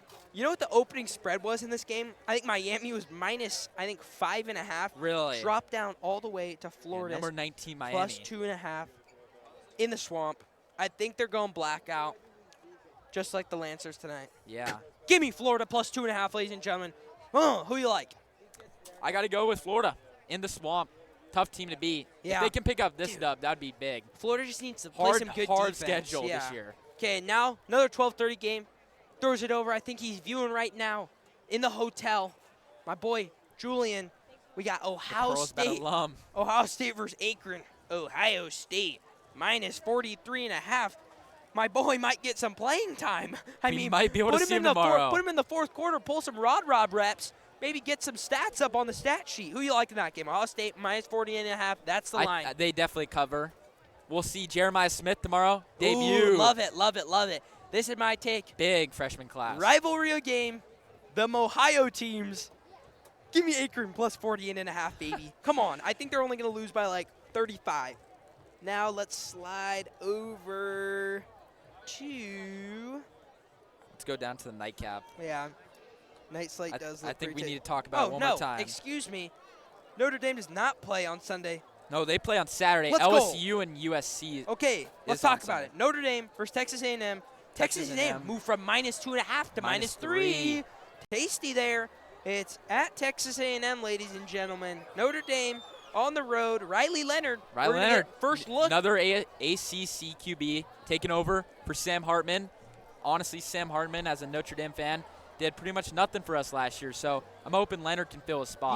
You know, Hartman, that dude's doing commercials now. He's a full-blown model. I he mean, might just have to stick to it. Get that money. I mean, I would step away from the Yeah. Commanders. Let Daniels kind of take over there and get that money from Ralph Lauren. I saw him in a couple of commercials. Okay, but who you liking? I know you're a Notre Dame fan. No bias here. Notre Dame plus 3. That's the line. Talk to me. I think I'm going to take my bias out of it. I still think Notre Dame will win, and I think Texas A&M will not cover the spread. Give me the Irish. Big win on College game day. Riley Leonard performs and has a great game. Ladies and gentlemen, give me Texas A&M. Give me them dogs. Come on now, baby. Taking a minus 3. I feel like I'm already 5 for 5 right now. And hot take, Notre Dame, they have the schedule to do it. I can see them making the playoffs this year. I'd hope so. I mean, Their they're schedule. seventh team in the nation, and it's a 12-team playoff. If they don't make the playoffs, they're frauds, ladies and gentlemen. That number 7 spot, though, as a Notre Dame fan, is I don't like the number 7 You know what spot. I like? Tasty game, 8 o'clock. Nightcap. Weber State versus Washington at UW. I know the Cousins are going to be there up at Washington. Talk to me. Washington minus 26. We got Will Rogers, Husky debut. Mississippi State big young legend. team. Who we liking? I like the Huskies. I honestly don't mind a good year from the Huskies. They have a great new coaching staff, obviously losing Kalen DeBoer.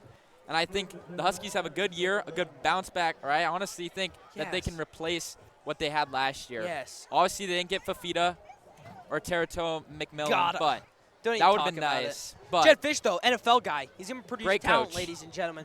Let's get back to the game. The Sea Kings booted it off. Hope you guys liked our little college football segment there. We'll come back to our takes. I'll post it on my Twitter, RoyKane24. Tell us what we did. Tell us our picks, our slate. But now we got Back to 5 football. wide. Morrison on McNeil's left side. McNeil in shotgun, set up shop at the 20-yard line, 1st and 10, sends Meyerhoff in motion. Looks like he's going to keep it himself. Eli McNeil finds some space and moves the chains, does not stop there. Good block there from Meyerhoff and a pickup of 9 for the Lancers. Eli McNeil using his feet. Tell me, that's a big weapon when a QB can use their feet. we didn't see that at all the first half, so it's good to hear to see that.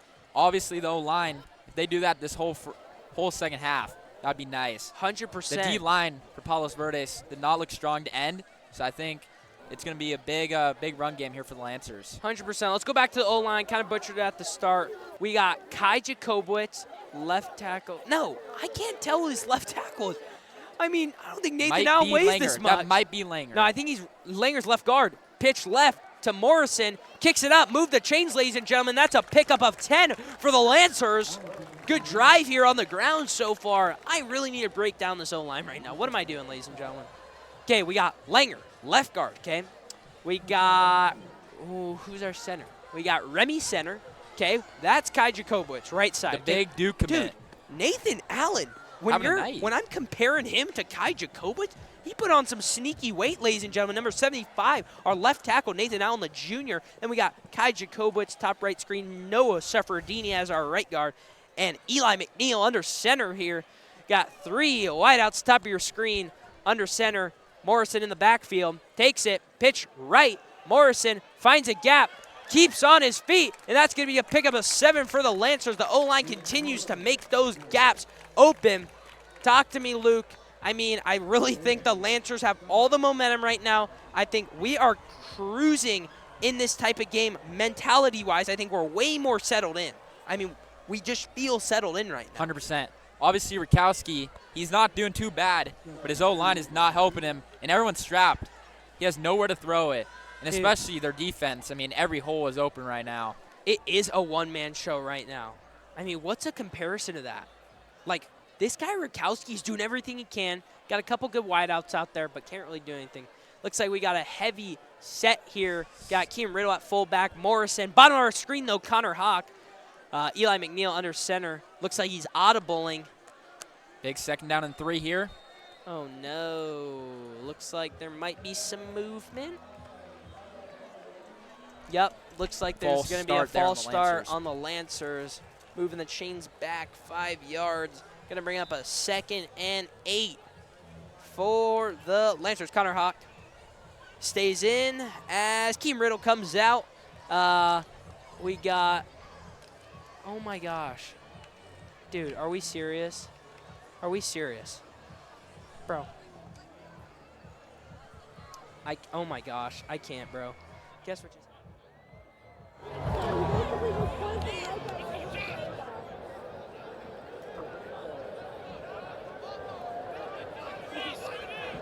Oh my gosh, guys, I just found a big predictor. We'll break it down after the play. We got 4 wide here. Eli McNeil back in shotgun. Steps back. Moves to the right. Has a little bit of green grass. Slings it over. Toe tap. Connor Hawk move the chains, 1st down. All Big right, applause. Roy, okay. we need to talk about it. Let's set the situation. 2nd time. Right now, 2nd time. I mean, we need a spotter. We brought this up in the meeting with the team. We wanted a spotter for this game because we're very passionate about spotting. I mean, we need someone always eyes locked in. And we butchered the injury again. So we should give another sorry. We have to give another sorry for the Kellis family. But he did not snap his leg. So was someone else. So, and we got reports that might have been 45. They said it was 45, which on our score sheet is Trent Kellis. 45 is Trent Kellis. But 30, bro, 32 is Trent Kellis. Yes. We're very sorry for whoever is hurt. Okay, I'm actually lost who 45 is. I know for a fact 32 is Trent Kellis. He's our tight end right now on the bottom of the screen in that heavy kind of set. Eli McNeil under center. We got Morrison in the backfield. Looks like we're going to give it off to him again to the right. Cuts back, finds a good space in a hole, and it's going to be another 1st down for the Lancers. Moving the chains once again. Gosh, I'm really confused right now, Luke. I have no idea. Actually, no idea. I think this is my take. I think we have to stop commenting on it. Yeah. We said our condolences. We already butchered it twice. I mean, Morrison, sorry, you did not break your leg. And Trent Kellis and the Kellis family. You are going to be continuing to play baseball. And you're all good. And you are going to be staying you're going to be staying right where you are. But I am really confused right now who this was. I mean, ladies and gentlemen, Our bad, once again. Our bad, but I was genuinely convinced it was one of those two. At first, 100% I was convinced Morrison. And then Kellis, I saw it, but I guess not. Got another heavy formation here. Eli McNeil under center. Play action. Hawk beats Connor him. Hawk. Blair! Out route. ball there. Patience. Connor Hawk. What a route from the kid. What a route. What a throw. Talk to me. Eli McNeil making another big throw. punching the haters in the mouth. Everyone talking about we might need a QB change. No. Eli McNeil is here to stay. He's balling right now. Another heavy formation. Connor Hawk, please just toss one up to him, ladies and gentlemen. Little head top. I would love it, but I think we're going to send it to the ground. Morrison. Yup. Right behind Keem Riddle, and he is in for 6, ladies and gentlemen. Ladies and gentlemen, the Lancers put up another score, and that is going to make it a 2-possession game. This might be a time where we go for 2 to get back that missed field goal to make it 21-7. 100%. It does not look. It looks like Tyler Bassoon's out there, though. Looks like TP Hopefully. is going to stay out there. Let's hope the snap stays dialed in. Morrison, gosh, dialed in. Freak athlete, ladies and Having a great day. Great day is right. I'm glad to know he did not get hurt. Yes, and Trent Kelly. I'm actually like so lost right now, ladies and gentlemen. Boom! Right up the uprights. Right at the alma mater. Little senior gift there for the 24 class. Can't really read it from here though, but luckily I know it by heart. Love my Lancers. Come on now. 20-7 Lancers here. Okay. 8:31. This is my last time talking about the injury, but this is, I think, what I have assessed so far. Okay. We had kind of a semi-spotter on the camera crew. They said there's number 45. That's Trent Kellis, but numbers get switched around, especially for these younger guys. I mean, Tyler Pursuit's usually, I think, number 15, 13, or 15, yeah, and he's wearing 10 tonight. And Trent Kellis, usually 45, wore that in week 1, but now he's 32. Know that for a fact. Do not question me. Know that for a fact. Okay? And, I mean, you actually should question me. Everyone should question me because I'm already wrong. I've been wrong twice. But I think this is someone that we cannot even identify on our sheet right here. You know, we don't. I think they switched.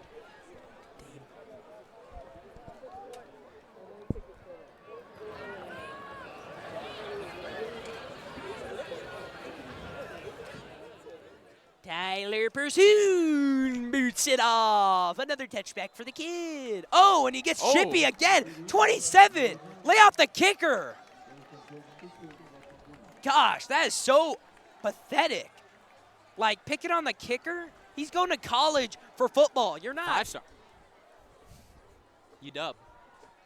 I mean, I really want Tyler Pursuit to just lay this kid out next kick.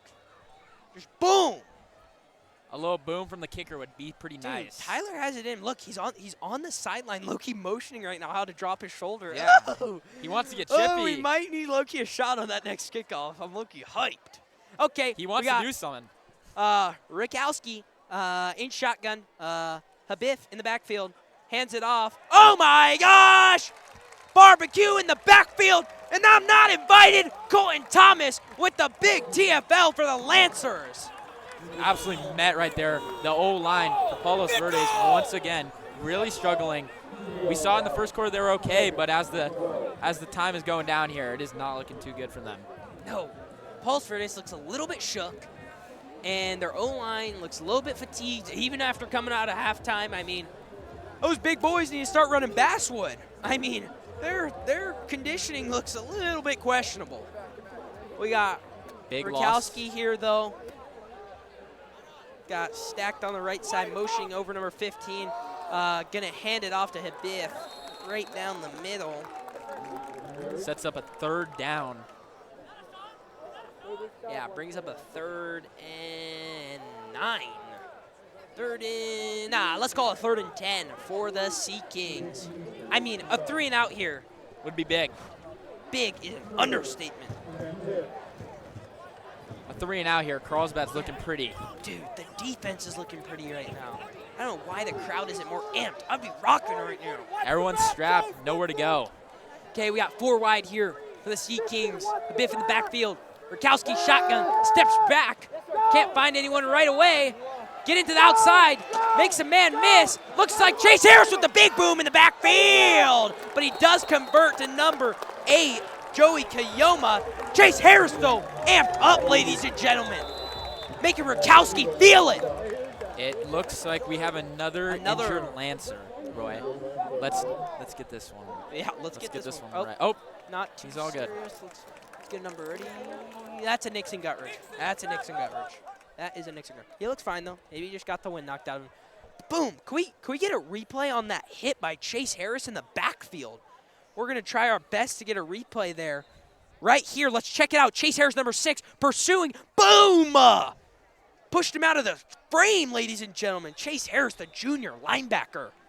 Another great drive from our defense. Versatile. And the punting unit is coming out for the Sea Kings. Connor Hawk back to return on the left side. Ethan Meyerhoff to his right. Good duo back there. Ethan Meyerhoff having a big night.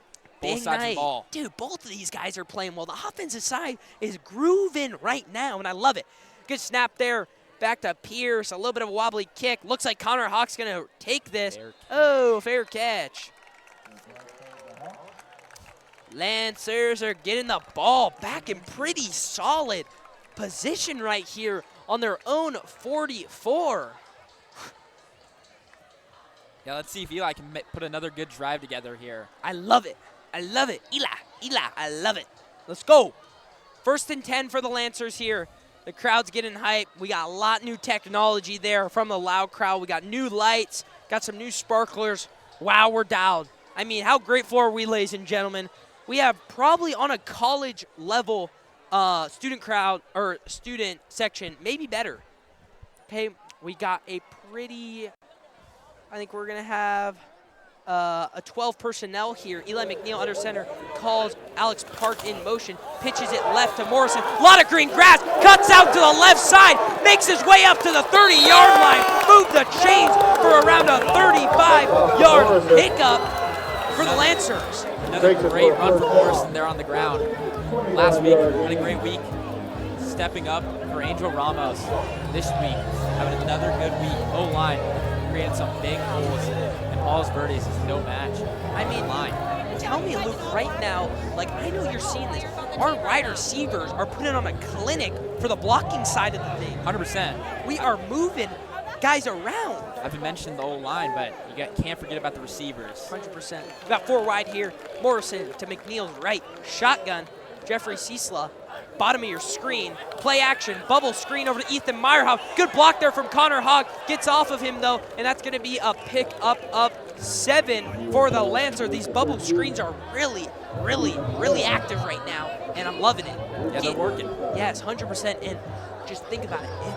If Hawk can stay on that block for one more second, that could have been a touchdown, but all good. We'll take 7. We'll take a 2nd and 3 here, approaching into the red zone. We got Ethan Meyerhoff coming off the field, excuse me. 5 minutes here in the 3rd quarter. Give me a little Tony Romo. Predict the play. What do you think's going to happen? I say run up the middle. I like We've been seeing it the whole night. Let's see it again. I mean, we got a fullback in. We got Does Connor. not look like Jake Morrison's in the backfield.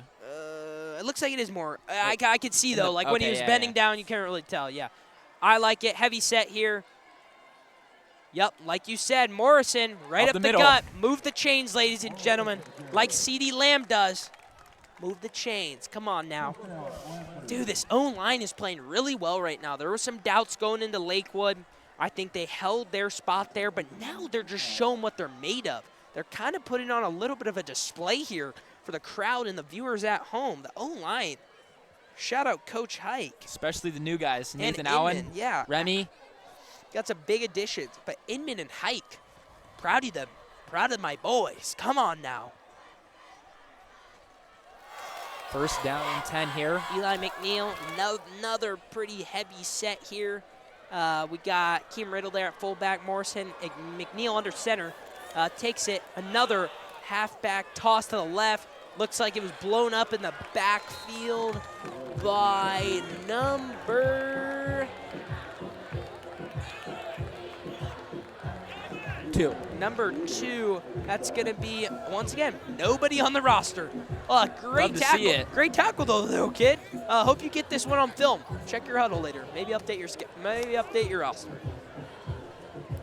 A loss of 3 there on the play. Yep. Sets up a 2nd and 13 here for the Lancers. Brings up, like you said, 2nd and 13. Connor Hawk bottom of your screen. Another heavy set here. We're staying in it, but I like a play action here. Blur to Connor Hawk. Like I said, I think we got him. Give me that!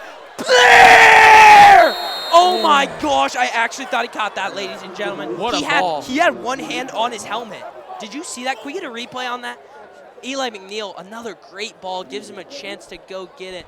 Hawk Missed a little it there. frustrated, but great Connor effort. Hawk getting a chance to go up and grab it. I mean, Almost had an OBJ. He's known for his hands. He displayed it out at the Bosco tournament, the Invitational, and he's only been money since. And I think we cannot go away from that after a play like that. You know, we did that in the Lakewood game. He had an amazing first half. Right after the first half, we went away from it, and he was a huge factor. But now, 5 wide, Morrison right of McNeil, shotgun, got Connor Hawk, AP, Jack Siegel. Oh, little trick play, flippity-doo-dah, Ethan Meyerhoff, boom! Brings it into the red zone, and that is gonna be first down. Move the chains, the trickery, hot potato. Good play call there from Mac and Chappie. Love it. Got Chase Harris coming out there. Ethan Meyerhoff, a little bit of a jog off the field. I mean, he's balling. Alex Park comes off the field. Roy, I think we have a 4th down here. Oh my gosh. I think we might have a 4th down and 3. Let's get these chains guys fired. I mean, where are you? I didn't have the chains up, couldn't see, excuse me there, but it's 4th down. Offense is still on the field. field. The offense is staying out there. We don't want 3, we want to get 6. We got Chase Harris to the left. We got, Morrison to the left, Chase Harris to the right, McNeil and shotgun, Connor Hawk bottom of your screen, Jack Siegel top of your screen, kicks back. Looks like a fade ball, Colin Thomas, ladies and gentlemen. Boom! The tight end, the defensive lineman, the both-way player. Send one up, big fella. There we go. Checking out the replay there. Great Little ball. bit of a tight end delay there, streak delay. I love that play in NCAA. God, Colton Thomas, ladies and gentlemen, touchdown. Add it to the stat sheet and add it to the scoreboard for 6. Tyler Pursuit back to kick to make it 27 to 7, excuse me, a 20-point deficit for the Sea Kings. Yeah, great route there from Colton. Dude, just great play, patience there. Another botch snap. And McNeil. Well, I don't know what's going on tonight. I don't know. We'll McNeil check out the replay on. there. And I have been watching some practices. It did happen in the Lakewood game. Happened in the scrimmage, actually, quite a lot. McNeil, he needs to get his holds down. It's not about the snaps. Colton's giving him good snaps. It's about the holds. I don't think he's really getting his hands on it. He's not really setting it up. But it's okay. You'll live and you'll learn. But we got to get that dialed in, especially going into the halfway of the season. 26 to 7, Lancers lead. 1:58 here remaining in the 3rd quarter. Hopefully those two botched snaps don't come back to hurt us. I don't think they will. Yeah, 19-point lead. 19-point lead, approaching the 4th quarter. No Okay, let's get a camera right now on Tyler Pursoon, okay? Tyler Pursoon after the kickoff. 27 getting subbed in. Oh my gosh, he might have just made himself an own audible to go try to get Tyler Pursoon. Gosh, I'm eating popcorn up here right now, ladies and gentlemen. I really want Tyler Pursoon just lay him out. Come on. I want a touchback and a hit stick. Let's watch the cam. Tyler Pursoon back to kick. 27 got his eyes on Tyler. Oh. Yeah, get out my way, boy. I'm right here. 27. That's a touchback, 27. 27 has something out for Tyler Pursoon. Yeah, dude. Pursoon wants to do something. Pursoon just has to run on full speed and lay that boom. I want a Cam Chancellor type hit. Lead you to boom. But now, another touchback. Great kicking display besides these PATs, a little botched snaps and holds. But other than that, Tyler Pursoon is having a great game. I think he has 3 touchbacks, a nice PAT, 2 PATs in fact. And now the defense is back out there for the Lancers, having an unbelievable game. We got 4 wide here for the Sea Kings. Rakowski steps back, doesn't find anyone yet. Rolls out to the left. Looks like Caden Easter's there, and he's going to sling it up. No. Oh, Morrison! Oh, my gosh! Jake Morrison, pick 6, ladies and gentlemen. Read that like a book. He went right into the library, picked out Rakowski in the QB section, and said, give me 6. Ladies and gentlemen, the defensive touchdown. The Lancers are amped up. Talk to me, Luke. Talk to me. Roy, we've been talking about Ethan Myroff and his two-way and his Travis Hunter like all night. What about Jake Morrison with a big pick 6 right there? He's having himself a night. Jake Morrison, ladies and gentlemen, is my player of the game. Put up the animation right now if we had one. Wow. Him and Colton Thomas. 100-plus yards rushing on the ground, and now he's got a pick 6. And he is a pick 6. I mean, Rakowski tried his best to get that out of bounds, and Morrison said, not today. That's baby food, cuh. Another botch snap there. Pursued, though, adjust. Bang. 33-7. What a statement game here from the Lancers, ladies and gentlemen. Yeah, Lancers This looking is good. a standard at home. Palos Verdes going to be a long bus ride home. Start getting them warm right now. Yeah, everyone came in the week a little bit doubtful. Yeah. It's good to see they've definitely put these doubts away. Our team was never doubtful, but we did have critics in our ear. I mean, my Twitter, I don't want to name drop, but El Camino has a little bit of a questionable page on Instagram, talking a lot. And I'm going to love to send a screenshot to them after this. Week 10 is going to be a good Week game. 10, wow, at home, I think? No, I no, think on the road. It's on the road at EC. That'll be a good one, though. 27's a little bit amped up right now. I mean, he knows he's getting his butt whooped right now. 33-7. He might need a highlight play right here. Tyler Pursuit better be ready to lay the stick on it. Drop the shoulder. Tyler Pursuit. Let's see a big hit from him. I want a 4th touchback, and I want an absolute massacre. Hey, you better beat triple. Tyler Pursuit. But boom. Oh, little squabbly kick. 27, bro. Yeah, oh, he went for it. Tyler went, oh no, oh no! Great tackle there. Like to see it from Tyler Pursuit. Oh, 27 wants a flag. There was no flag needed there. He needs to go back to the sideline. Ladies and gentlemen, Tyler Pursuit did go for the shoulder. We saw that. He wanted to drop it. 27 tried to pull a little like bull move with the big, you know, where they hold it and they swipe it over. Like, dude, you're a cornball, bro. Take the hit. You've been egging on all night. Down 26, doing that. Not too good. 27's not on the roster. Are we sure this guy's eligible to play high school football? 27's not on the roster, 2's not on the roster. Okay, we got decent field position here. 3 out here, wide receivers. Rakowski hands it off. Looks like it's just a swarm of Lancers in the backfield, led by Chase Harrison, Nixon, Guttridge. The linebacker group is having themselves a night, ladies and gentlemen. And the defensive side itself is having themselves a night.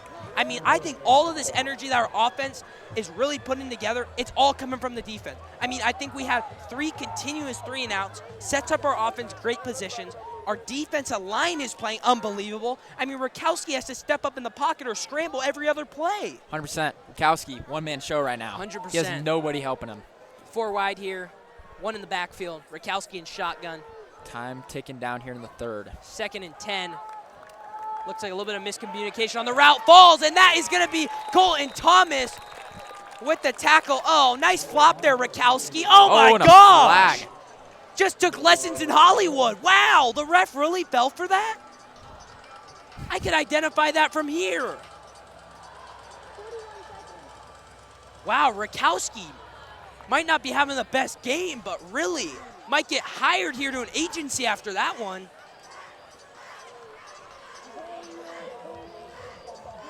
Wow. Personal foul.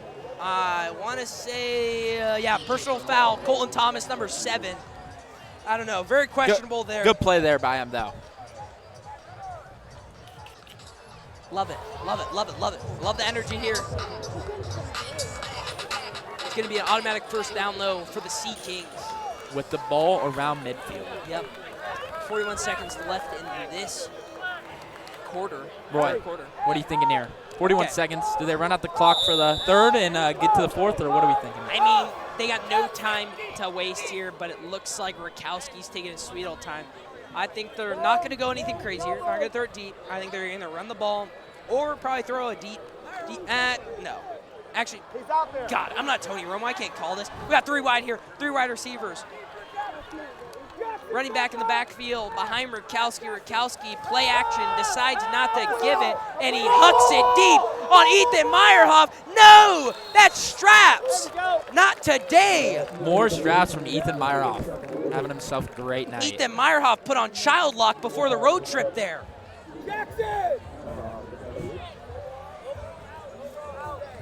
Solid breakup there from number 13, the junior. Got 10 seconds left in this quarter. Brings up a 2nd and 10.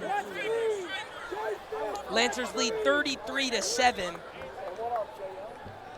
Yeah, Palos Verdes cannot get anything going right now. I mean, Rakowski might need to concede the game. You know, go to the menu, scroll all the way down, concede the game. You know, let's get back. Let's run another game maybe soon. Let's get in the lab.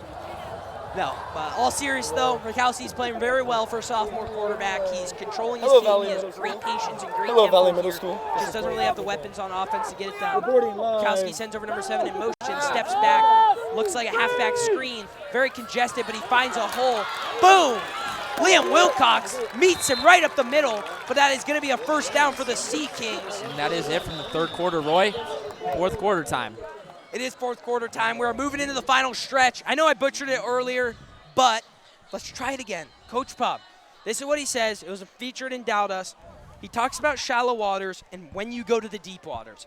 The 4th quarter is considered the deep water. You know, the end of the season is considered the deep water. Carlsbad is a team that thrives in the deep water.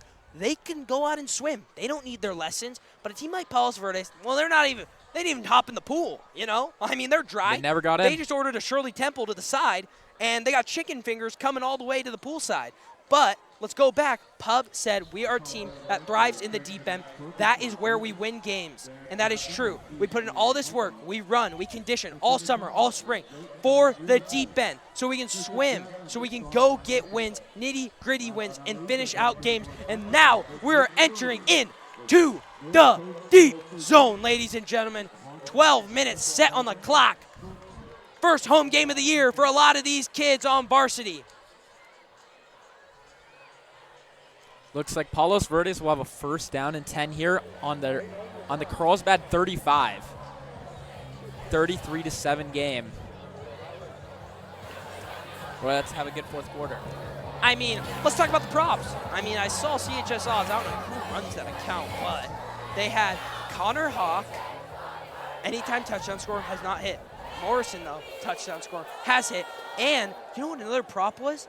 Eli McNeil over 1.5 touchdowns. Bounce back game, they said, I think. And you know what? He's had a bounce back game. He's had a bounce back game, and it cashed. CHS odds is 2 for 3, and they had CHS minus 2.5. Ooh. They might be on a heater, guys. They might drop the Discord in the bio to start getting their picks sold. Picked up 6 there on that run. 2nd and 6, heavy set here for the Sea Kings. Rakowski, I think 2 tight ends out there, 1 halfback. Play action. They're looking like he's testing him deep. Oh, no. Oh, good defense there. Strapped Not today. Tad Mitchell, the sophomore, St. John Bosco transfer. No fly zone.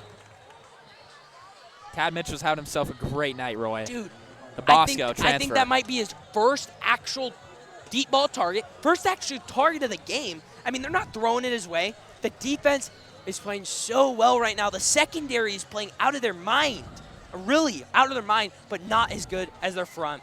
I mean, our front, I'm going to be honest. Dominated. Player of the game, that is the set of the game right there. Our defensive line, they make everything happen. They create the pressure. They contain this quarterback, Rakowski. They are playing out of their mind, ladies and gentlemen, and all this other success is coming from that defensive line. Rakowski, another huge set here. Halfback, hands it off. Looks like it's going to be Chase Harris with the tackle. Looks like it will set up 4th down here. Yeah. For Palos Verdes. 4th and 1 as the fists are held. Offense obviously is going to stay out here on the field. This is make or break time for the Sea Kings. If they don't get it here, Roy, that might be wraps tonight. Yeah. And we may already be at wraps. But I might pre-order my In-N-Out for postgame.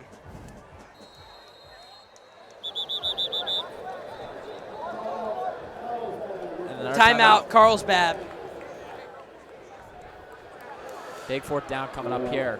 Got 10:45 left in this fourth quarter. Lancers dominating. 33-7, just playing out of their mind in dominating fashion, like I said. The team, I think, is just playing loose. Straight up. I talked to Mac before the game, and I asked him another key question. I said, what do you think a loss like that Week 1 Lakewood game does to a young team like this? He said, it just breaks down all of our mistakes and makes us want it more. You know, these young guys need so much pressure Week 1. In Lakewood, you're going half an hour or an hour and a half up. You know, go play your Week 1 matchup in LA, and a whole new team. You take the loss, but a loss like that is a type of loss that carries you through the season. I mean, we had a big loss like that against Inglewood, I think 2 years ago, and what happened then? We went all the way to the championship, and we fought back. Yeah. Rakowski hands it up the middle, and they are going to convert the first down. And he's still on his feet, ladies and gentlemen. And they will move the chains. 26 really amped up. Yeah, he's going to be amped up when he has to put in his headphones for a nice car ride home, buddy. Roy, I think we should take a look to games this season. What's one game on Carlsbad's home or away that you're really looking at right now? Biggest game I'm looking at, LCC versus Carlsbad. Quinn Roth. That will be the game of the year with Carlsbad. Had a shootout last year. I can't wait to watch it. Rakowski, another just really heavy set here. Play action, takes it to the right. Looks like he's looking for that comeback on Tad Mitchell. That's clamps. Threads his way up for 5 with Rakowski, keeper. Yeah, well, let's go back. LCC, Quinn Roth. What a game it was last year. Homecoming game. Yeah, homecoming game. Another left coast kid like Eli McNeil saying, everyone, left coast is the future. Shout out Jose. But yeah, Quinn's been playing really good ball. I want to say they played yesterday. They played yesterday on a Thursday. We play next week on a Thursday, ladies and gentlemen. And they beat Del Norte 49-8. LCC dominating fashion, played really well. And they're going to be a tough team to beat. I think they're definitely going to be a really, really difficult team in Avocado. And they'll definitely give us our money's worth. But if our defense plays like this and our secondary plays like this, we are going to be in that game 110%, Luke. Yeah, it'll be a good game. Yeah. But if we play like we did tonight. Love it. Oh, my gosh. I love it. Another timeout here on the field. Just broke that 10-minute threshold in this fourth quarter. Lancers lead by 29. Oh my gosh, nice math, bro. No wonder I dropped out of AP pre-calc, guys. Shout out stats though, Anderson. I'm gonna get an A in your class.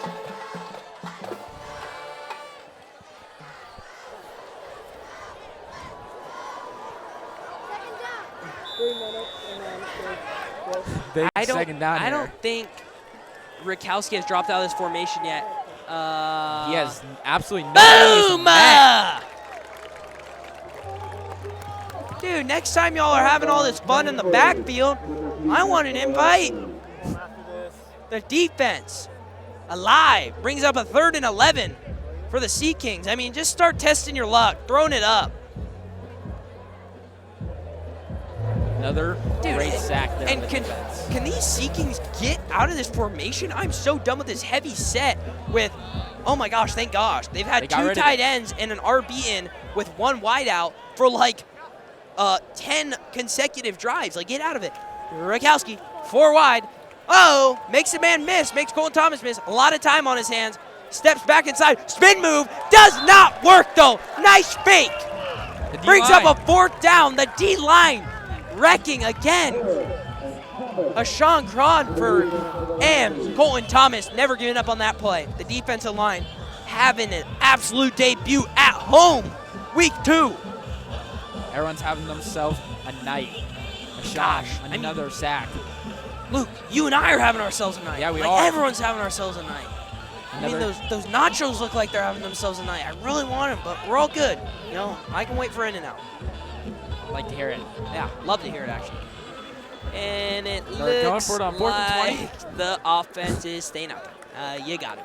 We got 4 wide. Rakowski, shotgun. Looks like there's going to be a timeout on the Lancers. We're second of the half. Don't think they look too comfortable there.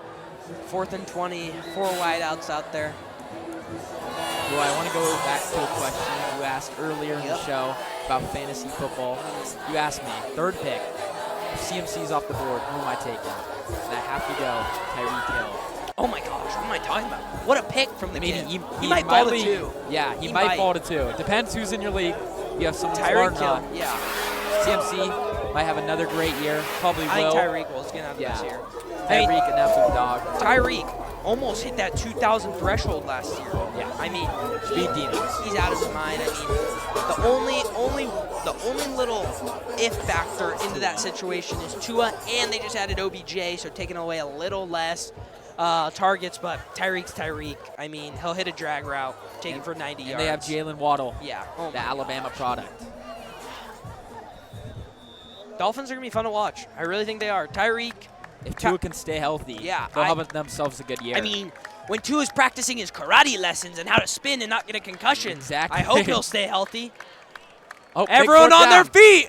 The Lancer crowd is getting hyped. 4th and 20. Rakowski steps back, has to show one deep. He's testing miscommunication, and that is clamps. Kyle McFarland. Great stop there from Carlsbad. And that, don't want to call it too early, but that might be a game, ladies and gentlemen. The Lancers retake possession. The offense sends it back out there, 33-7. But we're not in that time frame right now where we put in the benchmark. I say we keep the foot on the gas. Let's put a 40 burger on them. I love to hear that. No lead is too safe. Maybe 50. Gosh. Let's get another good drive here from the offense. I don't want us to take our foot off one time this year. I mean, it's that type of season. You know, I don't want to go easy on anyone.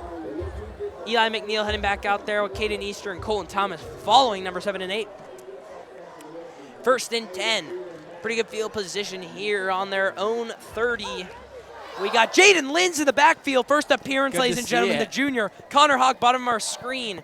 Looks like we're in 12 personnel here. Oh, no, bad snap there. Oh, gosh, no! Bad snap. Looks like the Sea Kings are going to get the ball right back. Like I said, can't get too complacent.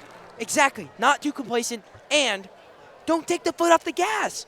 Like, I think we got way too comfortable there after that huge stop on defense. What are we doing, guys? Come on. All good, though. Defense, I have faith. We can get the ball back. Maybe a pick 6 to the crib. Oh. Still a 26-point lead, though, Roy. Yeah, 26-point lead. Rakowski has not found anybody. No. Miscommunication on that 4th and 20. Cal McFarland had that on straps. Callum and Tad having themselves a night. We got 3 wideouts out there.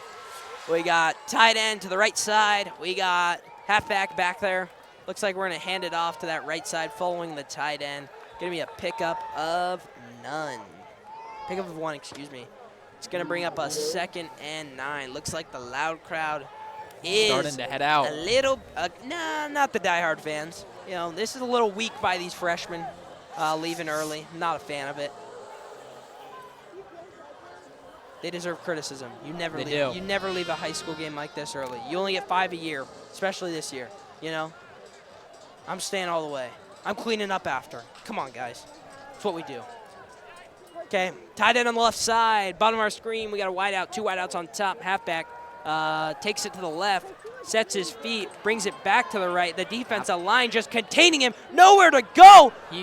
Makes a man miss. Move. Oh, might have been out of bounds. Nope, they're going to say he was out of bounds. They're going to say he was out of bounds. Wow, what a play there from, I want to say, Liam Wilcox with a huge TFL for around 8 yards.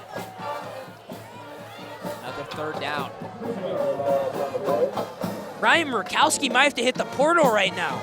I mean, no protection. Teams must be coming at him with some NIL.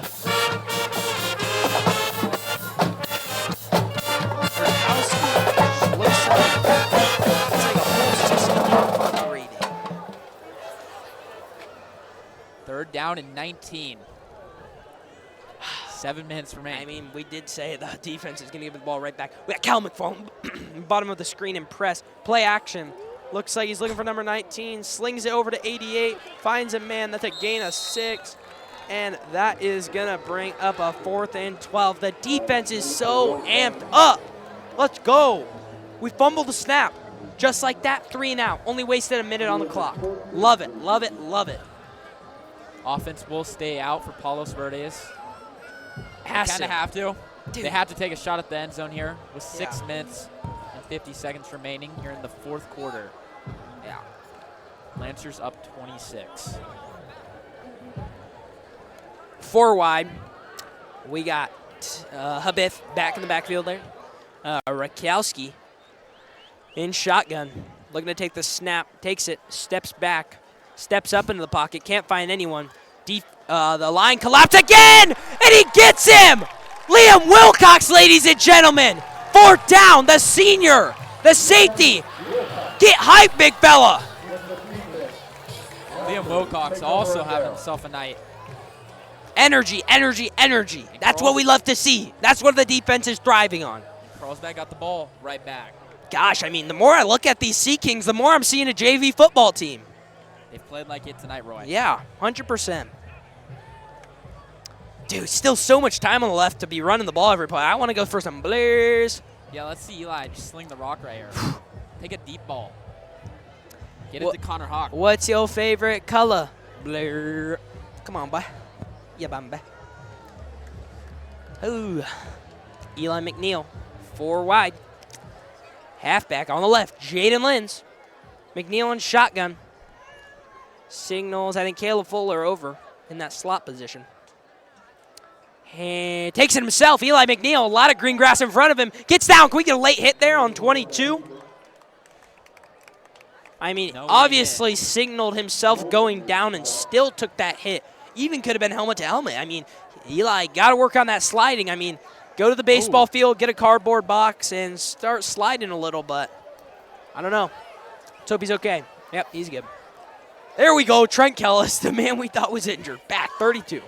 Good to see. He's back in there. Jaden Raposa runs off the field. Junior. We got Jeffrey Ciesla, bottom of your screen. I want to say that's Vance, top of your screen. Caleb Fuller maybe in that slot position. McNeil, shotgun.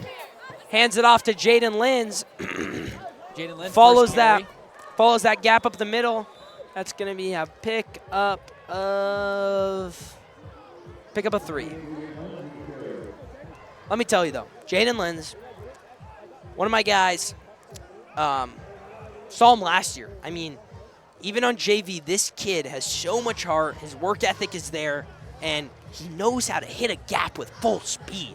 I could see him having a big senior year loading soon, ladies and gentlemen. 100%.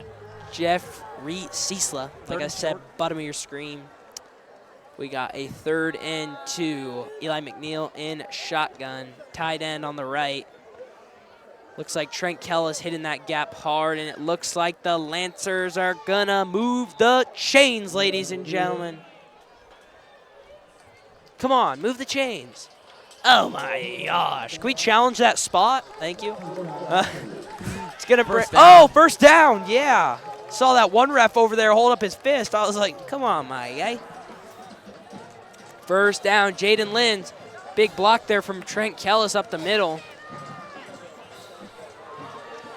First down here for the Lancers. Caleb Fuller, subbing out number 21. Looks like the Palos Verdes crowd. Jalen Miller, bottom of the screen. Palos Verdes team is catching the bus, you know. Let's hope the team moms brought you some good snacks. Eli McNeil in shotgun. Hands it off to Jaden Lenz. Finds a gap. Big hit there, though, from number 10. Flag on the play, but that is going to be a pickup of 5 for the Lancers. Nathan Allen shooken up a little. Holding on the offense. That play is going to be called back. Surprisingly, not too many flags thrown tonight. I love to see it. I hate games that are dictated by flags. Nathan Allen, though. Very few mistakes tonight. Nathan Allen, 75. Limps off the field. Let's hope nothing too serious. Maybe just shooken up a little there. Yeah, 26-point game. Keep him safe. Get him on the bench. We got Andrew Langer coming in to fill that tackle position, the position that he initially made his name for himself His sophomore year was on varsity, started. And junior year, started. I think he was all CIF. And now senior year, back in his position. He's been playing guard all year and playing defensive line, but now back in that tackle spot. That left tackle spot. Kai Jacobowitz on that right tackle spot. No Suffredini right guard. We got, can't really tell you who that left guard is. Maybe Timmy Livingston. Toss to the right. Jaden Linz got his feet moving. Pick up a 4. The clock's moving though. Big year for Langer ahead. Eastern Washington. Oh, yeah. Recent. If y'all saw the edit, I wonder who did it. That thing looked really clean there. Did I just hear someone say RK edit from the crowd? Wow. Check them out on Instagram. RKedits.11. Oh. Crowd so amped still, though. So live. Looks like a party. Great night, Roy. Great night from the Lancers. Love it. I love a debut win on the mics, you know. 100%. You're technically 1-0. First time. You've never lost on the mic. First time on the mic. We got 4 wide here. 1 on the right. Eli McNeil calls over Vance in motion. Decides not to give it to him. Decides to give it to Jaden Linz. Finds a man. Gives number 11 some work. Gosh, I'm just not a fan of these guys standing over our team. Like, y'all are down by 26. You have no right to stand over someone after getting ran over. Especially 27. He's Yeah. not on the scorecard. Love to see it. 27, bro. Start applying for some jobs.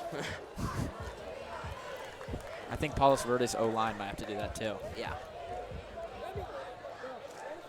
3rd down and 13 here. Clock winding down here in the 4th.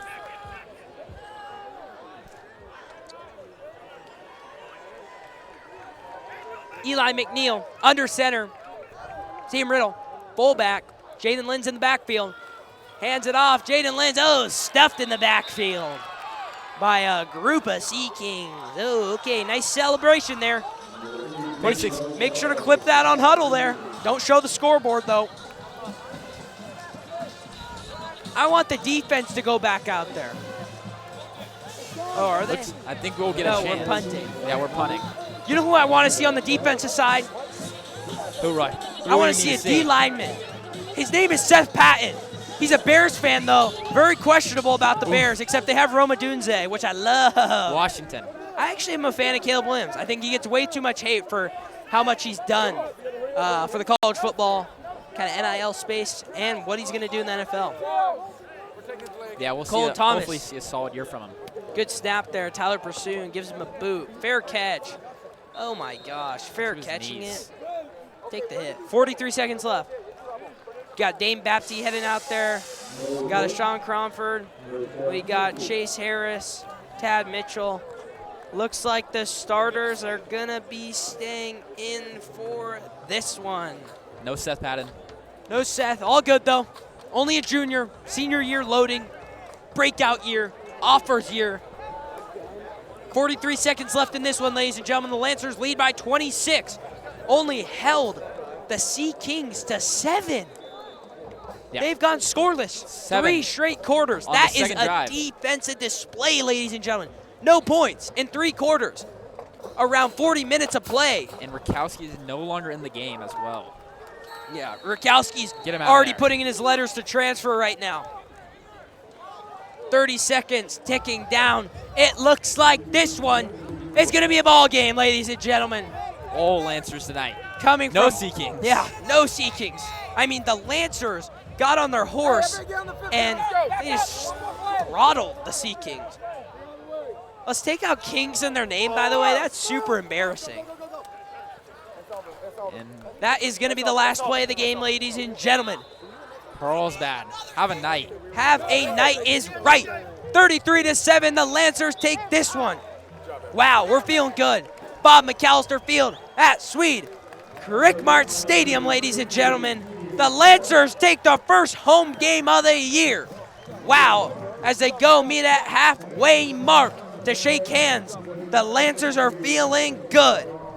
Sets the record up 1-1. Like I said before, a lot of doubt going into the season, ladies and gentlemen, but this is what Carlsbad football is. It's not just a 5-year dynasty stretch. It is a standard. It's a culture that we produce. We work for it. We have bricks that we climb to get there. And that is what this team just displayed tonight. We're in a lot of people's mind underdog in this game, and look what we did. We came out here, played our football, didn't play their football, played comfortable, good, pound the rock, defensive battle, and we won this game by a high margin. And talk to me about the defense. We just held them for 40 minutes, no points. Talk to me. Yeah, obviously, the Sea Kings, again, I don't know about the Kings in their name. They scored on the second drive of the game and didn't get anything going after that. The O-line was absolutely no match for Carlsbad's defense. We talked about the D-line the whole game. We also got to give it to DBs, safeties, everybody. And the O-line also had themselves a great game. 100%. Everyone had a great game. Eli had a bounce-back game as well. Bang! How good is that to feel? 3 interceptions last week. Yes. None today. He didn't run the rock a lot, but he definitely threw the rock well. Eli McNeil, baby, as the team heads over to sing the alma mater, takes off their helmets. The boys are feeling good. The Lancers won 33-7, excuse me, and we're headed into week 3. We'll be back Thursday home game. Give me your play of the game. What was your favorite play of the game? I think I have to go the flea flicker all the way back in the second quarter. That set up a lot of momentum for the Carlsbad Lancers. I mean, it was a great play, and did not see that coming. One special trick play tonight. A lot of trick plays, Roy, actually. What about you? My favorite play of the game, I mean, I'm going to give it to the both ways guy. My Travis Hunter of the night. I think played almost every single snap. Thought he got injured at first. Came back. Jake Morrison had a touchdown on the ground, a pick 6. This guy balled out tonight, the senior, the captain, number 5. Jake Morrison had himself a night. Colton Thomas had himself a night. Chase Harris had himself a night. We had a lot of dogs out tonight, ladies and gentlemen.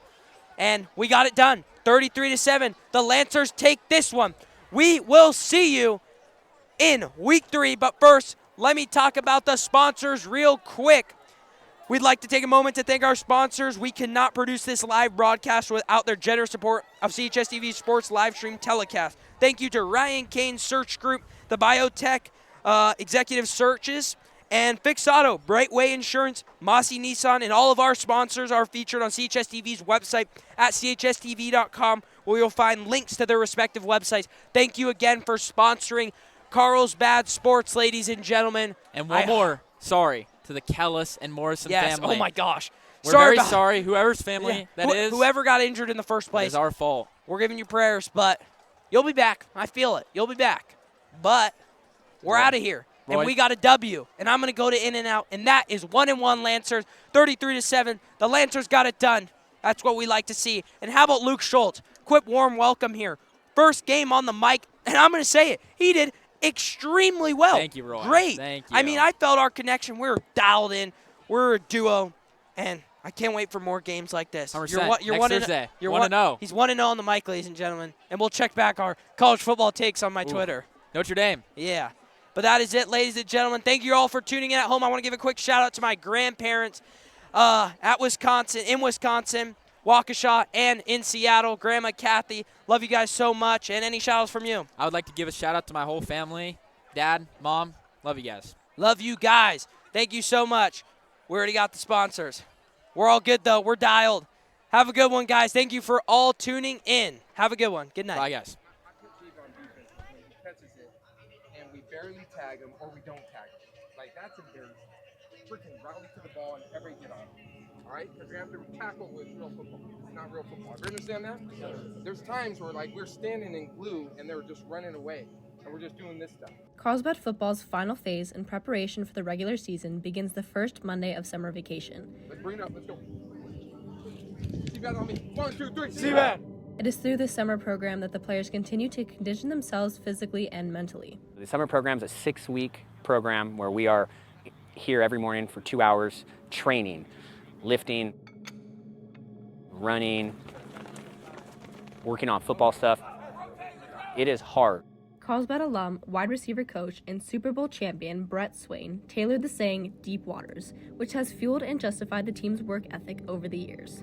Our team is not shy on confidence. We believe that anybody who wants to play us, we believe the longer the game goes, the better team will win. If you're in a disagreement in shallow water, that's one thing. But when you take somebody out to the deep water and they can't put their feet down and they actually have to compete with you and there's nobody that's gonna save them or help them, that's where we feel like we excel. We feel like we're just built a little different. Maybe some people are scared of swimming in deep waters, but we're not. The summer program is made to be tough and to challenge the players. One such player, senior offensive tackle and captain Andrew Langer, will forever remember those tough days. Once a week you got Basswood, and then you get the beach workout once a summer, and those are always tough, but they're fun. It's a good way to get together as a team. The summer makes sure that the team faces its toughest battles before the season so that they're prepared to take their opponents into deep waters. Basswood, a hill 1,200 feet northeast of the football field, is the most notable opponent Lancers faced in the 5-week period. 1,000 to 2,000 yards worth of uphill sprints has definitely contributed to Carlsbad's success. Players also spend 10 to 15 Sundays, an hour a day, sprinting up the hill and the stairs across from the mall leading up to Hospital Grove. Of course, you also have on-field conditioning with sprints and drills that get progressively harder the more you do. Carlsbad also participates in Passing League, where they compete with other high schools throughout San Diego in 7-on-7 tournaments. What we call like friendly 7-on-7 competitions, and we get an opportunity to work on our skills against live competition, including the coveted Brave 8 Invitational at St. John Bosco High School in Santa Ana. Brave 8 Invitational is, an invitational for 8 teams to come out here, show what they got, win the championship out here in Bosco, and that's what we're here to do. But all of this pales in comparison to what they do in fall. Fall camp is really what matters. That's when we put pads on and we see who is aggressive, who's unafraid, who's put the work in the off season, changed their body to where now when they're out on the field, they are going to physically dominate people. January to July part is about physically training, mentally training. Once we get to August 1 and we start fall camp and the pads come on, all that's out the window. Now we're trying to win games and focus on physicality.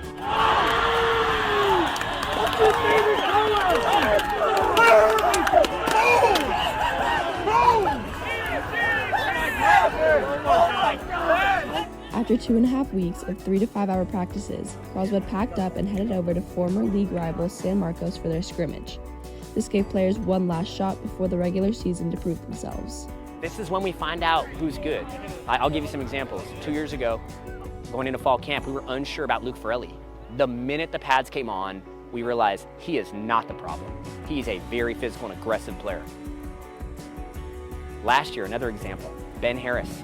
We didn't know how physical he would be. So while we were training in the off season, he can run, he can lift, and it didn't take long for us to realize last year when they put on the pads, Ben Harris was a physical, tough dude, and it was awesome.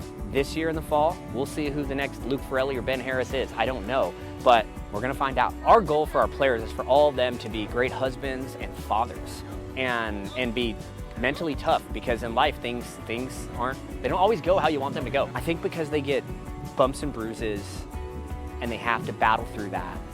It's not fun, it's hot, we're here a lot, and I think it just really, really weeds people out. That really develops the character, the integrity, the resiliency that our young men are gonna need in life. Forget football.